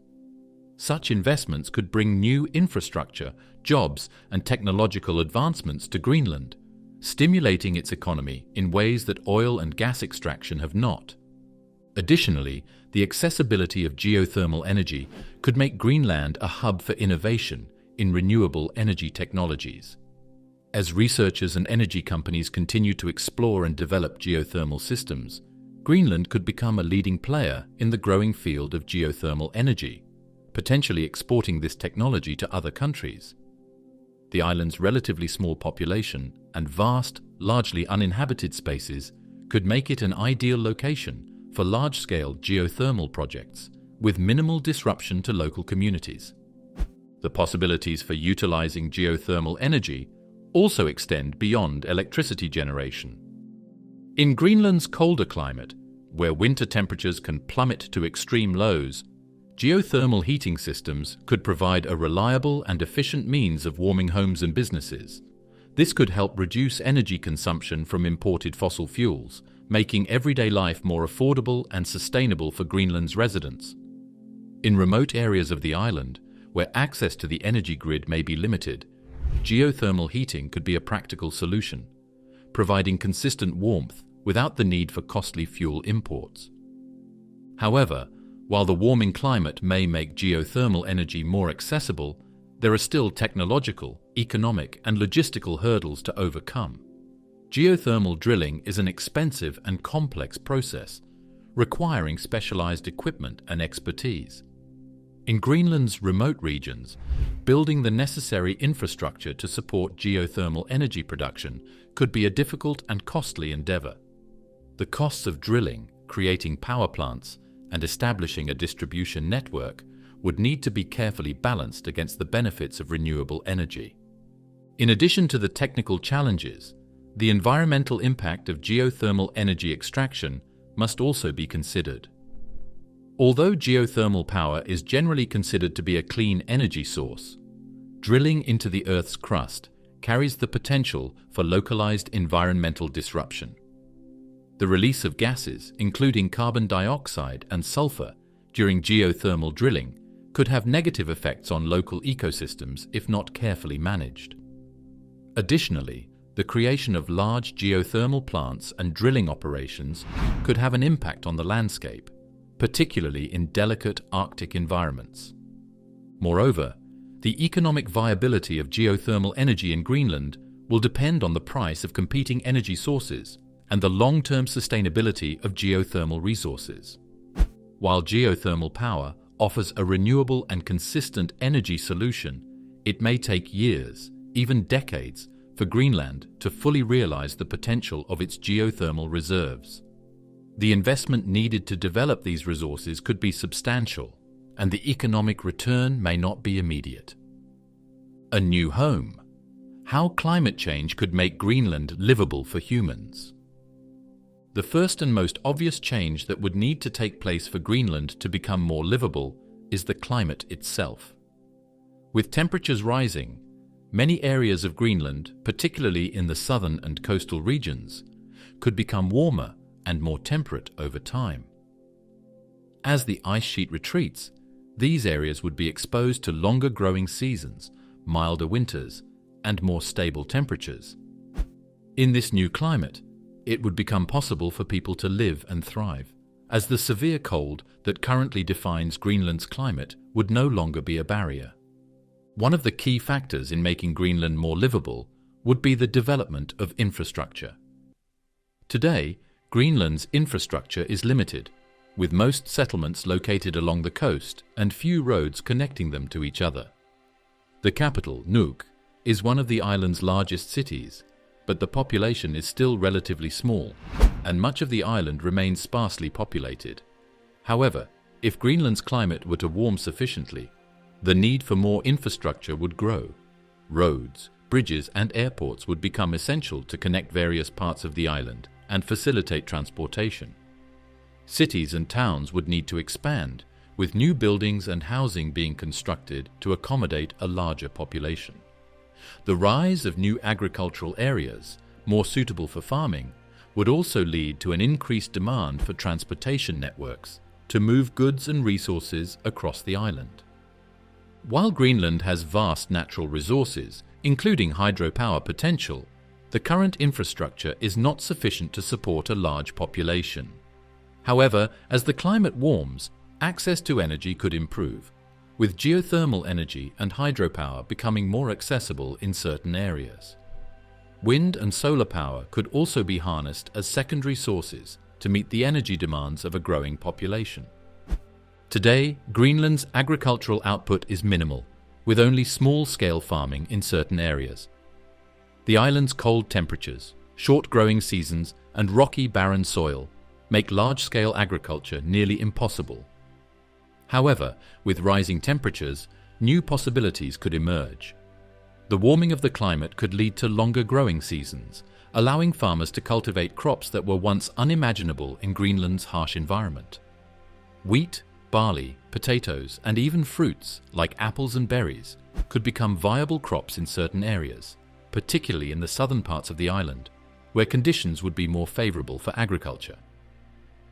Permafrost currently limits the ability to grow crops in much of the island, but as it thaws, the soil would become more fertile, allowing for better crop yields. The introduction of large-scale farming could also have consequences for the island's fragile ecosystems.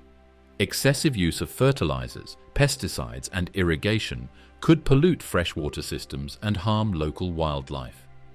The growth of agriculture must therefore be balanced with sustainable practices to ensure that Greenland's natural environment is not compromised in the pursuit of economic gain. In addition to crops, livestock farming could become more feasible, with grazing animals being introduced to the island. As the environment becomes more hospitable, Greenland could become self-sufficient, capable of producing food for both local consumption and export. But as the climate warms, the risk of invasive species taking hold also increases, potentially threatening native plant and animal species. The island's natural beauty, vast open spaces, and unique Arctic environment could make it a desirable location for people seeking a new home. Greenland could become a refuge for people looking to start anew. The island's abundant natural resources, relatively low population density, and improved climate could make it an appealing destination for those seeking a fresh start in a more stable and sustainable environment. This influx of people could lead to an increase in population and the development of new towns and cities. While this could create economic opportunities and help support the island's growing infrastructure needs, it could also bring social and cultural challenges. Greenland's indigenous Inuit population, which has lived in harmony with the land for centuries, may face pressures as their traditional way of life is altered by rapid industrialization and globalization.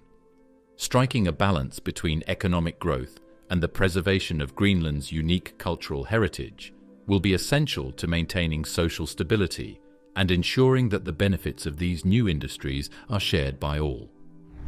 The rapid pace of climate change means that these transformations could happen more quickly than expected, and it may be difficult to keep up with the demands of an expanding population. The development of infrastructure, energy resources, and agriculture would need to be carefully managed to ensure that Greenland's natural environment is not damaged in the process. The Arctic Gold Rush, Greenland's strategic importance in a warmer world. The warming of the Arctic region is not only reshaping the island's landscape, but is also significantly altering the geopolitical and economic dynamics of the region. Thanks to its vast mineral wealth and strategic location, Greenland is now at the center of what some are calling the Arctic Gold Rush. The melting of Arctic sea ice is opening up new shipping routes and making the region more navigable. The Northwest Passage, a route through the Arctic Ocean that was once impassable due to ice, is now becoming a viable option for shipping. This has the potential to drastically shorten the distance between major global markets, providing an economic advantage to countries with access to these new routes. Greenland, strategically located between the Americas, Europe, and Asia, could become a central hub for this new maritime traffic. The increased accessibility to Arctic shipping lanes is also likely to lead to a surge in trade and investment in the region, as countries and corporations seek to secure their interests in the now thawing Arctic. As global interest in Greenland's resources grows, so too does its geopolitical importance. Countries with vested interests in the Arctic have begun to ramp up their presence in the region, eyeing the potential for resource extraction and new shipping routes. Greenland, an autonomous territory of Denmark, sits at the center of this geopolitical contest. The United States, Russia, China, and other countries have all shown interest in securing their place in the Arctic, seeing the region as a new frontier for economic development and national security. The United States, in particular, has long held strategic interests in Greenland. The US military has a presence on the island, with the Thule Air Base being a critical outpost in the defense of North America. The Thule base, located near Greenland's northern tip, serves as a vital link in the US military's global missile defense system and is one of the northernmost US military bases. As the Arctic becomes more accessible, the US is likely to increase its investment in Greenland, both to secure its interests in the region and to ensure that China and Russia do not gain a foothold in the Arctic. For Denmark, Greenland's growing strategic importance presents both opportunities and challenges. On one hand, the potential for economic growth from resource extraction could help Greenland's economy, providing Denmark with a financial stake in the island's future. On the other hand, the growing competition for control over Greenland's resources has the potential to create tension, particularly with countries like the US, which are pushing for greater access to the island's natural wealth. Denmark must balance its relationships with global powers, while also respecting Greenland's autonomy and ensuring that any exploitation of the island's resources benefits the Greenlandic people. Greenland's push for greater autonomy is gaining momentum, especially as its resources become more sought after. While Denmark still maintains significant control over Greenland's foreign policy and defense, there is a growing desire on the island to manage its own resources and determine its own future. The increasing geopolitical tensions surrounding Greenland's resources could further fuel calls for independence, as Greenlanders may see more control over their land and resources as crucial to securing their future in a rapidly changing world. With its extensive Arctic coastline, Russia has invested heavily in infrastructure and military presence in the region. The thawing of the Arctic is likely to give Russia greater access to potential oil and gas reserves, as well as new shipping routes. As a major player in the energy market, Russia is well positioned to capitalize on these new opportunities. This is particularly concerning to some in the West, as Russia's growing influence in the Arctic could challenge the balance of power in the region. Greenland's proximity to Russia, particularly to Russian territory in the Barents Sea and the Northern Seas, makes it a key strategic area in the evolving geopolitical landscape of the Arctic.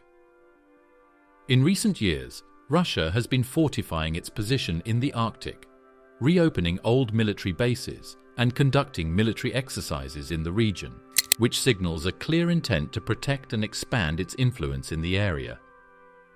China, which has increasingly sought to expand its influence globally, has also turned its gaze toward Greenland.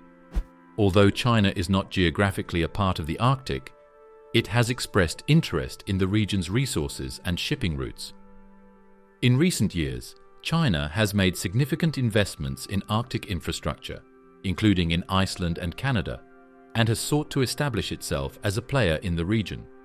Some Chinese companies have even explored opportunities for resource extraction in Greenland, particularly in the mining sector.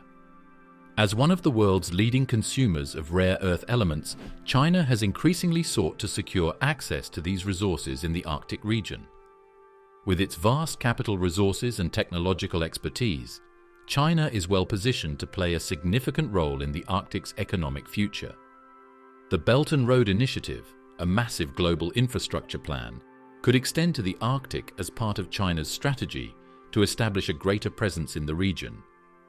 However, this is raising concerns among some Western nations, particularly the United States, which sees China's increasing presence in the Arctic as a strategic threat. The more accessible the region becomes, the more countries will vie for control over its resources, shipping lanes, and strategic military positions. This could lead to heightened tensions between global powers, with Greenland potentially becoming a flashpoint for international rivalry. The question of who controls Greenland's natural resources, whether it be Denmark, the United States, or other nations, could become a source of political friction in the years to come. Countries may make competing territorial claims over parts of the island or its surrounding waters. The United Nations Convention on the Law of the Sea, or UNCLOS, outlines a framework for resolving territorial disputes in the Arctic, but these processes can be slow, and national interests may push countries to take more aggressive actions. In recent years, Canada, the United States, and Denmark have all staked claims in the Arctic region, and as new areas open up, these claims could be put to the test. At the same time, Greenland's growing geopolitical significance could also provide the island with greater bargaining power. As global powers seek to secure their interests in the region, Greenland may be able to negotiate more favorable terms for itself. The island has long struggled with economic dependency on Denmark, and the exploitation of its resources could provide an opportunity for Greenland to assert more autonomy and achieve greater economic independence. However, this would require careful diplomacy to ensure that the benefits of resource extraction are shared equitably with the Greenlandic population, and that the environmental and social costs of exploitation are minimized. As countries in the Arctic face similar challenges, there may be opportunities for collaboration on issues like resource management, environmental protection, and infrastructure development. The Arctic Council, an intergovernmental forum made up of Arctic states, has already been working on cooperation in the region, and it could become a crucial platform for managing the geopolitical shifts that come with the melting ice. International treaties and agreements could be key in ensuring that Greenland's resources are developed responsibly and that competing claims are addressed in a way that avoids conflict. The environmental implications of an Arctic gold rush are also significant. The push to extract Greenland's natural resources and exploit new shipping routes raises concerns about the long-term environmental health of the region. The melting of the ice sheet itself is already contributing to rising sea levels, and further environmental degradation in the Arctic could accelerate this process. As countries scramble to extract resources from Greenland, They will need to take into account the potential for irreversible damage to the environment and the global climate. The next few decades will likely see increased competition and cooperation between nations seeking to secure their interests in the Arctic. How Greenland navigates these challenges, balancing economic growth, environmental protection, and geopolitical stability, will shape its future and the future of the Arctic region. The impact on wildlife, species that call Greenland's frozen tundra home. From the tiny creatures that inhabit the icy ground to the majestic animals that roam its expansive wilderness, the animals and plants of Greenland have developed remarkable adaptations to withstand the island's harsh environment. However, as the climate warms and the ice sheet begins to shrink, the survival of these species is increasingly at risk. The delicate balance of Greenland's ecosystems is already beginning to show signs of strain, as these species must either adapt to the rapidly changing environment or face the prospect of disappearing altogether. The most iconic of Greenland's wildlife are the animals that live in and around the ice sheet itself. These animals, like the polar bear, the Arctic fox, and the reindeer, are perfectly adapted to the cold. Polar bears, the largest land carnivores on Earth, rely heavily on sea ice to hunt for seals, which make up the majority of their diet. The sea ice provides a platform for the bears to hunt, as they use the ice to wait for seals to surface and then pounce. However, as the ice melts earlier in the season and retreats farther out to sea, polar bears are forced to travel greater distances to find food. This increases their energy expenditure, making it more difficult for them to find enough food to survive. In some cases, bears are even coming into closer contact with human settlements in search of food, leading to dangerous interactions and conflict. Similarly, the Arctic fox, which has adapted to Greenland's freezing tundra, relies on the island's cold and snowy conditions to thrive. These foxes are well equipped for the harsh conditions, with thick fur that changes color with the seasons, white in winter and brown or gray in the summer. They hunt small mammals like lemmings and voles, which are abundant in the colder months. However, as the temperatures rise and the snow cover becomes less predictable, the availability of their prey is increasingly disrupted.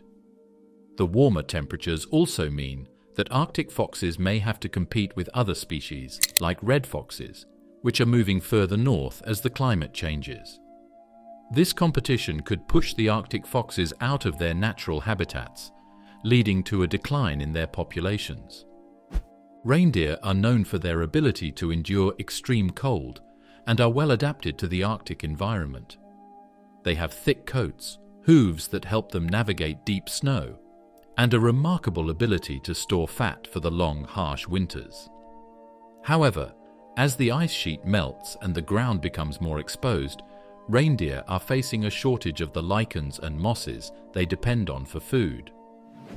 The loss of snow and ice also affects the structure of their environment, making it harder for them to find shelter and forage. In some parts of Greenland, reindeer herds have been shrinking, and their migratory patterns are being disrupted as the landscape changes. Birds like the snow bunting and the Arctic tern are highly adapted to life in Greenland's frigid environment. The snow bunting, with its white feathers, blends in seamlessly with the snow-covered landscape. These small birds breed on the island's high cliffs and tundra, feeding on seeds and insects. Similarly, the Arctic tern, known for its incredible long-distance migration, travels from Greenland to Antarctica and back each year. Both species rely on the stability of Greenland's environment to thrive, and as temperatures rise, their breeding grounds and food sources are being altered. For example, warmer temperatures could bring more plant growth earlier in the year, which could disrupt the timing of their migrations and breeding cycles. In the worst-case scenario, they may not be able to find enough food to sustain themselves during critical parts of their life cycle, leading to declining populations. The waters surrounding the island are home to a variety of species, including seals, walruses, and whales. These animals depend on the sea ice as both a hunting ground and a platform for resting and breeding. The melting ice directly impacts their ability to find food and reproduce. Walruses, for example, haul out on the ice to rest and nurse their young. As the ice diminishes, walruses are forced to come ashore, where they are more vulnerable to predators and human activities. For seals, the loss of sea ice means less space for them to haul out and give birth. Some species, like the ringed seal, are particularly vulnerable, as they rely on thick sea ice to create dens for their pups. Without the ice, these seals may not be able to give birth successfully, threatening the survival of the next generation. While many of Greenland's iconic species are facing significant challenges, some have shown remarkable adaptability in the face of environmental changes. The Arctic char, a species of fish found in Greenland's icy waters, has been able to shift its range in response to warming temperatures. Similarly, some migratory bird species like the snow goose may be able to adjust their migration patterns as their habitat changes.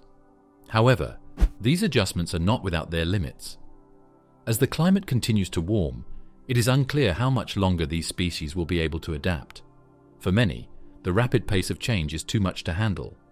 The loss of ice means that nutrient-rich materials that were once locked in the glaciers are now being released into the environment.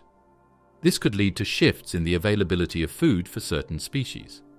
For example, as the glaciers melt, they release fresh water and sediment into the surrounding seas, which could change the composition of the water and affect the species that live there. The influx of fresh water may also disrupt the delicate balance of the island's river systems, affecting species that rely on freshwater habitats. The changes taking place in Greenland's ecosystems are a microcosm of what is happening across the Arctic as a whole. The warming temperatures are causing profound shifts in the distribution of species, the timing of migration and reproduction, and the availability of food. Some species may be able to adapt, while others will struggle or disappear altogether. The ecosystems of Greenland, which have evolved over millennia to thrive in the harshest of conditions, are now facing an uncertain future. Scientific outposts and the future of research in Greenland. Greenland's changing environment offers a unique opportunity to study the effects of climate change up close, providing insights not only into how the Arctic is shifting, but also into the broader implications for the global climate system. Establishing research stations in Greenland would allow for long-term monitoring of the changes taking place, providing vital data that could help scientists understand the patterns of environmental change and predict what might lie ahead for the planet. One of the primary focuses for researchers in an ice-free Greenland would be the study of the island's rapidly shifting ecosystems. How will the flora and fauna that currently survive in the ice-free regions of Greenland adapt to the changes? Will new species migrate into the area, and how will this affect the existing ecosystems? Permanent research bases in these areas could track these shifts over time, creating a long-term record of how ecosystems evolve when subjected to rapid warming. As the ice continues to retreat, more of the hidden land underneath will be exposed, offering unprecedented access to geological formations that have been locked away for millions of years. Scientists could establish outposts to study the soil composition, mineral deposits, and even ancient microbial life that may have once existed in these regions. These studies could help researchers understand the Earth's geological history and how past climates have shaped the landscape we see today. This knowledge would be invaluable in predicting how other parts of the world might change in response to current climate trends. The melting ice is also revealing new opportunities to study the process of ice sheet dynamics itself. By monitoring the glaciers, rivers of ice, and the rate at which the ice sheet is thinning, researchers would be able to gain a clearer understanding of the processes that govern ice sheet stability. This data could be used to improve predictive models of how ice sheets in Greenland and Antarctica will behave under continued warming, providing essential information for global climate science and policy. In addition to the environmental and geological research, an ice-free Greenland would also offer new opportunities for studying human adaptation to changing climates. As temperatures rise and the landscape changes, the potential for human settlement and resource extraction in the region grows. Scientists would need to establish research stations to study the impacts of these changes on human communities.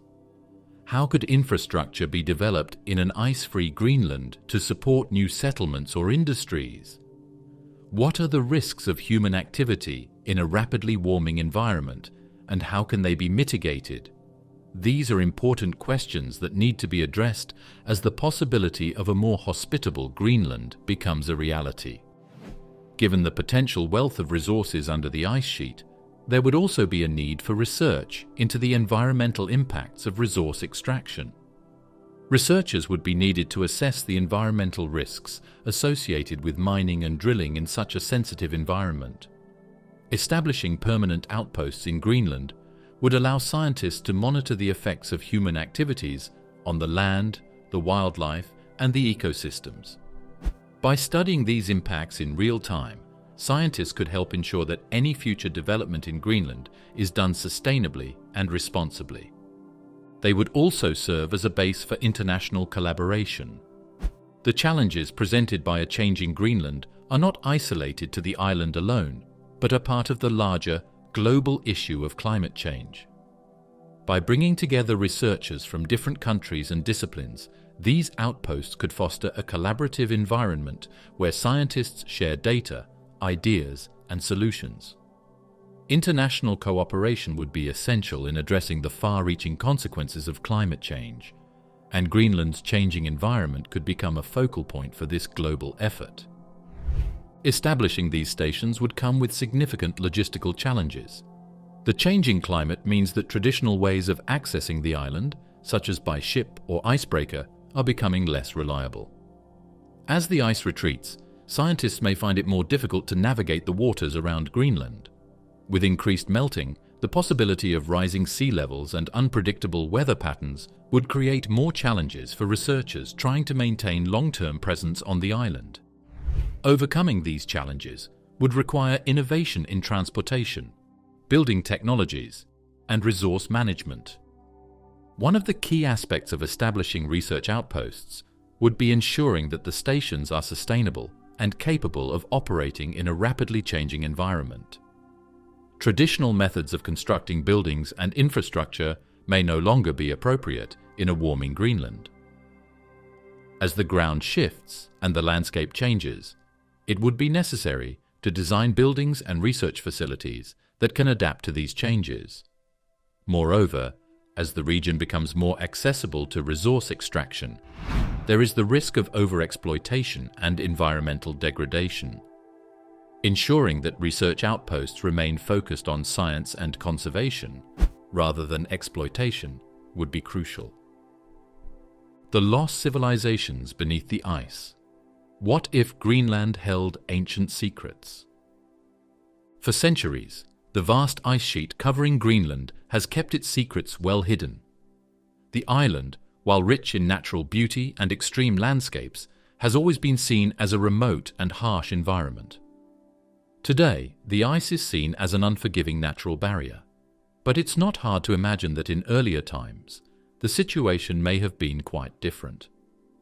What if, beneath the ice, there are signs of civilizations that once called Greenland home? Could there have been human settlements in a time when the island was warmer? Or could ancient peoples have ventured into the land seeking resources or exploration? While mainstream archaeology has not uncovered clear evidence of early human societies in Greenland, the region's history is still shrouded in mystery. Archaeologists and researchers have long been fascinated by the possibility of past human habitation in Greenland, but the icy landscape has made exploration difficult. Even today, with modern technology and advanced scientific tools, many parts of the island remain largely unexplored. Thousands of years ago, the island may have been covered in dense forests, with rivers and lakes cutting through the landscape. During warmer periods, the conditions may have been conducive to human life, with natural resources that could have supported communities. For instance, the possibility of ancient people hunting, fishing, or even farming in these more temperate conditions is a subject of speculation.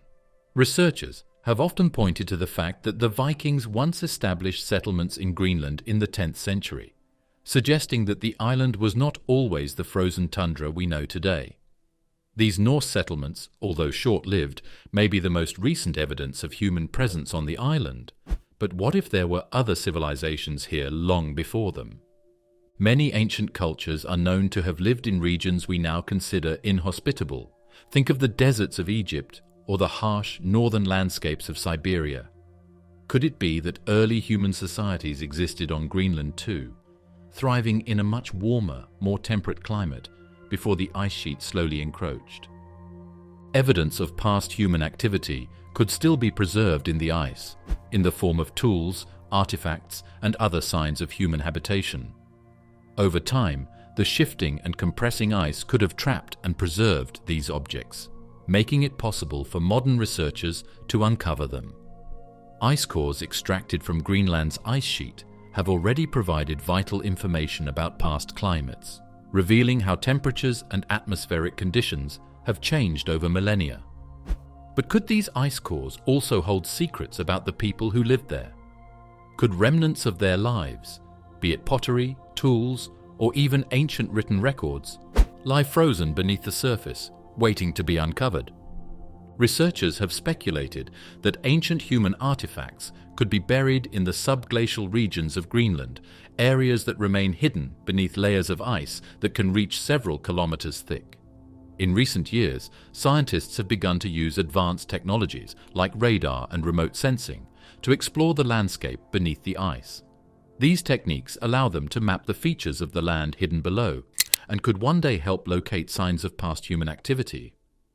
What makes this even more fascinating is the idea that some of these ancient civilizations may have been entirely unknown to modern history.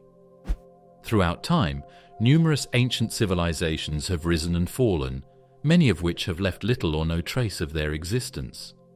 The very nature of human history is one of loss and rediscovery. Entire cultures can vanish, leaving behind only whispers in the dust of time. If Greenland's ice hides the remnants of such a civilization, it would add a whole new chapter to the story of human development, one that has been lost to the world for thousands of years. The melting of Greenland's ice sheet could also reveal evidence of not only ancient civilizations, but also earlier animal species that once inhabited the region.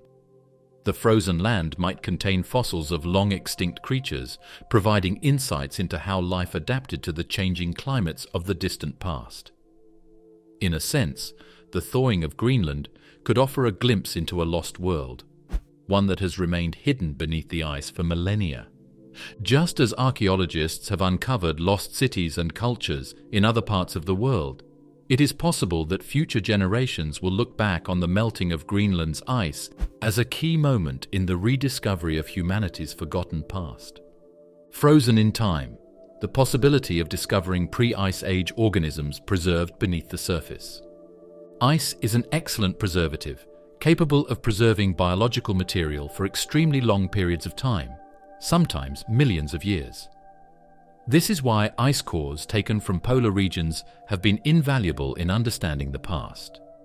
The layers of ice that build up over time trap tiny bubbles of air, dust, and organic material. With Greenland's ice sheet containing layers that date back hundreds of thousands of years, it stands to reason that, as the ice melts, there could be life forms preserved within it that predate the Ice Age by millions of years. In some cases, prehistoric organisms might have been frozen suddenly, possibly due to drastic shifts in the Earth's climate. A sudden freeze could have preserved entire ecosystems in a moment of time, offering a snapshot of life long before the Ice Age began. The transition from a warmer to a much colder climate could have led to the rapid entrapment of organic material within the ice, effectively locking it away for future generations to discover. Microbial life is one of the most likely candidates for discovery in Greenland's ice.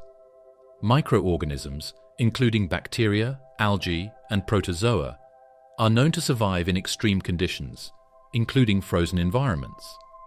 These microscopic life forms can remain dormant for long periods of time, awaiting the right conditions to become active again. Scientists have already discovered such organisms in permafrost from other regions, and there is a strong possibility that similar life forms could be present in Greenland's ice. These microbes would provide insight into the ancient ecosystems of the past. There's also a chance that larger organisms, such as ancient plants or even small animals, could be preserved in Greenland's ice. Plant material such as seeds, pollen, or even entire plants could offer important insights into the types of vegetation that thrived before the Ice Age. Researchers could use this information to reconstruct the landscapes of the distant past, gaining a better understanding of how Earth's ecosystems functioned in a much warmer climate. Even more fascinating would be the discovery of preserved animals that lived in a time before the glaciers covered Greenland. Although it's unlikely that large animals would be preserved in the same way that microbes and plants could be, smaller creatures like insects or other invertebrates could potentially be frozen in time.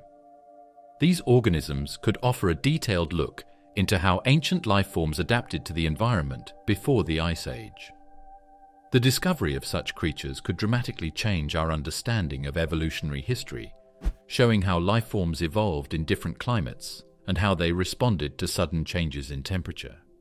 One of the most exciting aspects of this possibility is the potential for scientists to study the ancient genetics of these frozen organisms. Just as modern researchers are sequencing the genomes of living organisms, they could potentially extract and analyze the DNA of ancient life forms preserved in the ice. This would allow for detailed genetic studies, which could reveal how ancient species adapted to their environments and how they interacted with other species. The technology to access and study these ancient life forms is advancing rapidly. In recent years, scientists have developed more sophisticated methods for extracting DNA from ancient remains, even from frozen organisms. For example, researchers have successfully sequenced the genome of woolly mammoths and other extinct creatures by studying DNA extracted from preserved tissue. These breakthroughs could pave the way for similar studies of ancient microorganisms, plants, and animals frozen in Greenland's ice. However, retrieving these samples is not without its challenges. Greenland's ice sheet is thick and difficult to penetrate, and the ice is not a uniform structure. It contains a mixture of compacted snow, ice, and other materials, which can make it hard to predict where to find preserved life. The ice cores collected from Greenland and other polar regions provide valuable data, but they are often limited in their ability to reveal what lies deeper within the ice. Scientists are also concerned about the preservation of these organisms as the ice sheet melts. The thawing process could release chemicals and microbes that could alter or damage the ancient material, making it harder to study. As the ice retreats more quickly, the window of opportunity to study these frozen organisms may be shrinking. It is crucial that scientists act quickly to examine these potential discoveries before they are lost to the forces of climate change. Could humans terraform the landscape? Geoengineering is the term used to describe the deliberate, large-scale intervention in the Earth's natural processes to combat or reverse climate change. In the case of Greenland, geoengineering could take the form of efforts to speed up the melting of the ice sheet, turning it into a more temperate environment where human life could thrive. The key to such a transformation would be managing Greenland's climate, land, and resources in ways that allow for the establishment of sustainable ecosystems, infrastructure, and agriculture. One possibility for terraforming Greenland involves enhancing the natural thawing of the ice sheet by introducing measures to increase the amount of sunlight absorbed by the surface. Scientists could experiment with introducing dark materials to the ice's surface, accelerating the melting process. This idea is based on the principle of albedo, which refers to the reflectivity of a surface. Ice and snow have a high albedo, meaning they reflect a large portion of the sun's energy. If the ice were to be darkened, perhaps by adding substances like soot or ash, it would absorb more energy, speeding up the melting process and potentially opening up vast tracts of land for human use. Accelerating the ice melt in such a direct way could have unforeseen consequences for the environment. For one, the rapid release of meltwater could lead to significant changes in sea levels. The release of large quantities of fresh water into the ocean could disrupt ocean currents. Furthermore, the rapid loss of ice could release large amounts of carbon dioxide and methane. Another geoengineering approach to terraforming Greenland could involve improving its ability to retain heat naturally. Greenland's natural geothermal energy sources might be harnessed to create localized heating systems that could help warm the land. The island sits on top of a tectonic plate that is rich in geothermal activity, with numerous hot springs and geothermal vents scattered across its surface. If these geothermal resources were tapped for energy production, it might be possible to use the heat to melt some of the ice and create a more habitable environment, particularly in areas that are currently locked under the thickest ice layers. As the ice sheet melts, large areas of the island could become available for agriculture. Before any large-scale farming could take place, the land would need to be transformed through processes like soil enhancement, irrigation, and the addition of nutrients to make it more conducive to plant growth. With the right technologies, Greenland could see the rise of innovative agricultural techniques that make use of the natural resources of the land. For example, hydroponics, vertical farming, and aquaponics could be utilized to grow food without relying on traditional soil. These methods, which are already in use in many parts of the world today, allow for efficient food production in areas where soil quality is poor or non-existent. If Greenland were to develop the infrastructure for these types of farming techniques, it could become a hub for food production, providing much-needed resources for a growing global population. Wind speeds in Greenland are among the highest in the world, and the melting ice could expose more land for the construction of wind farms. Solar energy production could also become more efficient as the island's environment changes, with longer periods of daylight in the summer months.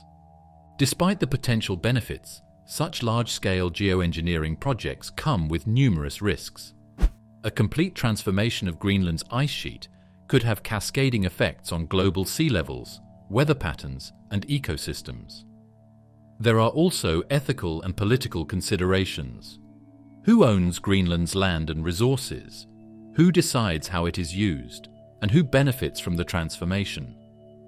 The question of whether the island should be transformed for human settlement or left to evolve naturally is one that will require careful consideration and collaboration. Finally, there is the question of whether terraforming Greenland is even necessary or desirable in the first place. While it is possible that the land could become more hospitable in the future as a result of climate change, it is also true that the island's natural ice sheet plays a critical role in regulating global climate and sea levels. The acceleration of the ice melt due to human activity could have catastrophic consequences that outweigh any potential benefits of transforming Greenland into a new human frontier. A second ice age. Could Greenland's thaw lead to a global cooling phase? When people think about climate change, the first thing that comes to mind is usually warming, hotter summers, rising sea levels, and melting glaciers. But what if all this warming set off a chain reaction that pushed parts of the world into a deep chill instead? To understand how this might happen, it's important to look at how Earth's climate system works. Much of it is driven by the movement of ocean currents. These currents act like conveyor belts, moving warm and cold water around the globe. They carry heat from the equator to the poles and help keep temperatures stable. One of the most important is amok. The amok is powered by differences in temperature and salinity. Cold, salty water is heavier and sinks, which helps drive the system. But if too much fresh water enters the ocean, it can dilute the saltiness. When the water is less salty, it doesn't sink as easily. That can slow the whole circulation system down or even stop it altogether. If the amok slows down, big changes could follow. Western Europe, which benefits from the Gulf Stream's warm waters, might get much colder. Parts of North America could also see harsher winters. Tropical regions could become drier, while others might get more rain than usual. Ocean life could be affected too, since many marine species rely on the predictable movement of ocean currents to feed, breed, and migrate.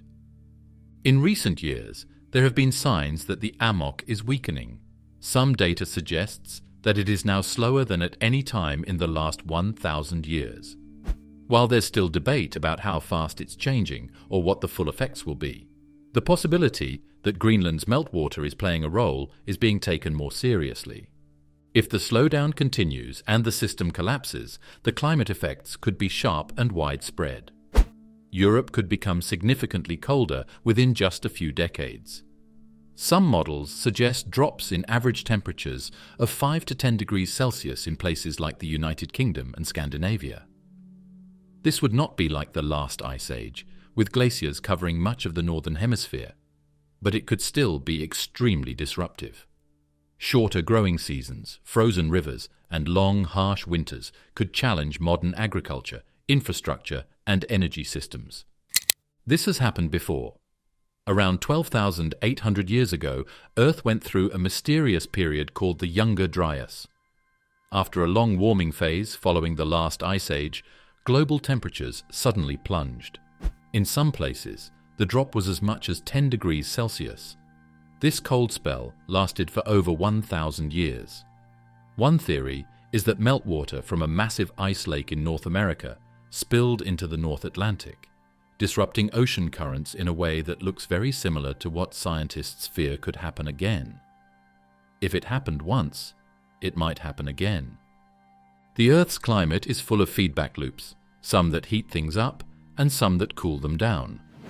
When dark ground is exposed underneath melting ice, it absorbs more heat and causes even more melting, which is a positive feedback loop.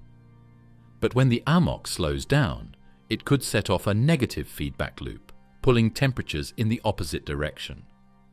Still, it's important to be careful with words like ice age.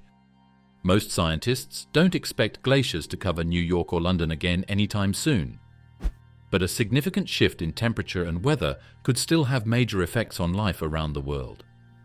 For farmers, especially those in temperate zones, a colder, wetter climate could mean smaller harvests and more crop failures. For cities, more intense winters could stress heating systems and power grids. For governments, the pressure to respond to fast-changing conditions could lead to economic and political strain. In Greenland itself, a cooling climate might slow down some of the changes that are underway. Glaciers could grow again, and the pace of ice melt might slow. But it's not guaranteed. The ice sheet is so large that it holds its own weather system. Once it starts to lose mass quickly, the process can become very hard to stop. Even if temperatures drop, it might not be enough to reverse the damage that's already been done. Another piece of the puzzle is the role of the jet stream. This high-altitude air current moves from west to east and plays a big role in shaping the weather in the northern hemisphere. As the Arctic warms and the temperature difference between the equator and the poles decreases, the jet stream can become wavy and unstable. This can lead to weather that's stuck in place, long periods of cold, heat, or rain. If Greenland's melt affects the jet stream, it could make extreme weather even more common. Research into this topic is still developing. Climate models are complex, and predicting the future with total accuracy is not possible. But most experts agree that keeping an eye on the AMOC is important. It acts like a lever in the climate system. A small change in one place, like Greenland's meltwater, can tip the balance and lead to big effects somewhere else. Monitoring ocean salinity, temperature, and current strength is part of an ongoing international effort to better understand what's happening in the Atlantic. Some scientists are already proposing strategies to delay or prevent a collapse of the AMOC. These include reducing greenhouse gas emissions to slow down warming, protecting the Greenland Ice Sheet, and even researching ways to remove fresh water from key parts of the North Atlantic. The thought that today's warming could eventually lead to cooling is not meant to distract from the dangers of climate change. If anything, it shows how delicate and complex Earth's systems really are. The climate is not a simple thermostat that can be turned up or down. It's a web of connections where changes in one place can have effects far away. Mitigating the damage. Can we slow the melt of Greenland's ice sheet? To even begin addressing such a massive problem, scientists are turning to a mix of observation, modeling, and experimentation. First, they need to fully understand the processes that are causing the melt. Satellites, drones, and sensors placed deep in the ice are being used to track changes in ice thickness, temperature, and flow. This information helps create computer models that can predict what might happen under different future conditions. These models don't just show how much ice might melt, they also help explore what might happen if certain actions are taken. When it comes to Greenland, several geoengineering ideas are being explored, each with its own risks and challenges. One idea involves building barriers or dams under the water at the mouths of fjords, where glaciers meet the sea. These barriers would be designed to block warm ocean water from flowing underneath the glaciers. This idea sounds simple, but building massive underwater walls in some of the coldest and most remote places on Earth would be no small task. Engineers would have to deal with icebergs, shifting currents, and deep ocean channels. Still, early research suggests it might be technically possible, at least in some smaller fjords. The bigger question is whether it could be done in a way that doesn't cause more problems than it solves. Another proposal involves spreading reflective materials, like silica beads or tiny glass bubbles, on top of the ice. These materials are designed to reflect sunlight, keeping the surface cooler and slowing the melt. This method has already been tested in small areas, including some experiments in places like Colorado and Switzerland. It showed some promise, reducing melt in the areas where it was applied. But the scale of Greenland is much larger, and spreading materials over thousands of square miles would take enormous effort and resources. There's also concern about how the materials might affect the environment if they're used in large quantities. Some scientists are thinking even bigger. There are ideas about artificially thickening glaciers by pumping water up to the surface during the long, dark winter. There, it would freeze again and add new layers to the ice sheet. The goal is to build up ice during the cold months so that there's more of it to resist melting in the summer. This would take a lot of energy, and the machines used would have to work in extreme cold and remote areas. But if powered by renewable energy, it might be worth exploring. A more radical idea is to use clouds to block sunlight. This could involve spraying particles into the upper atmosphere to reflect sunlight back into space, a process known as solar radiation management. If done carefully, it might help cool the planet and reduce the pace of Greenland's melt.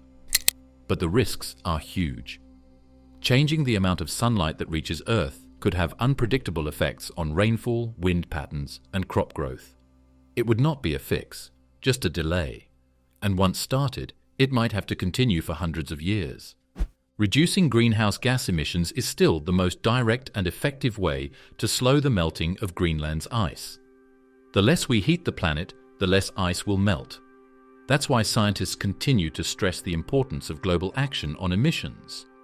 Switching to renewable energy, improving energy efficiency, and protecting forests are all part of the bigger picture.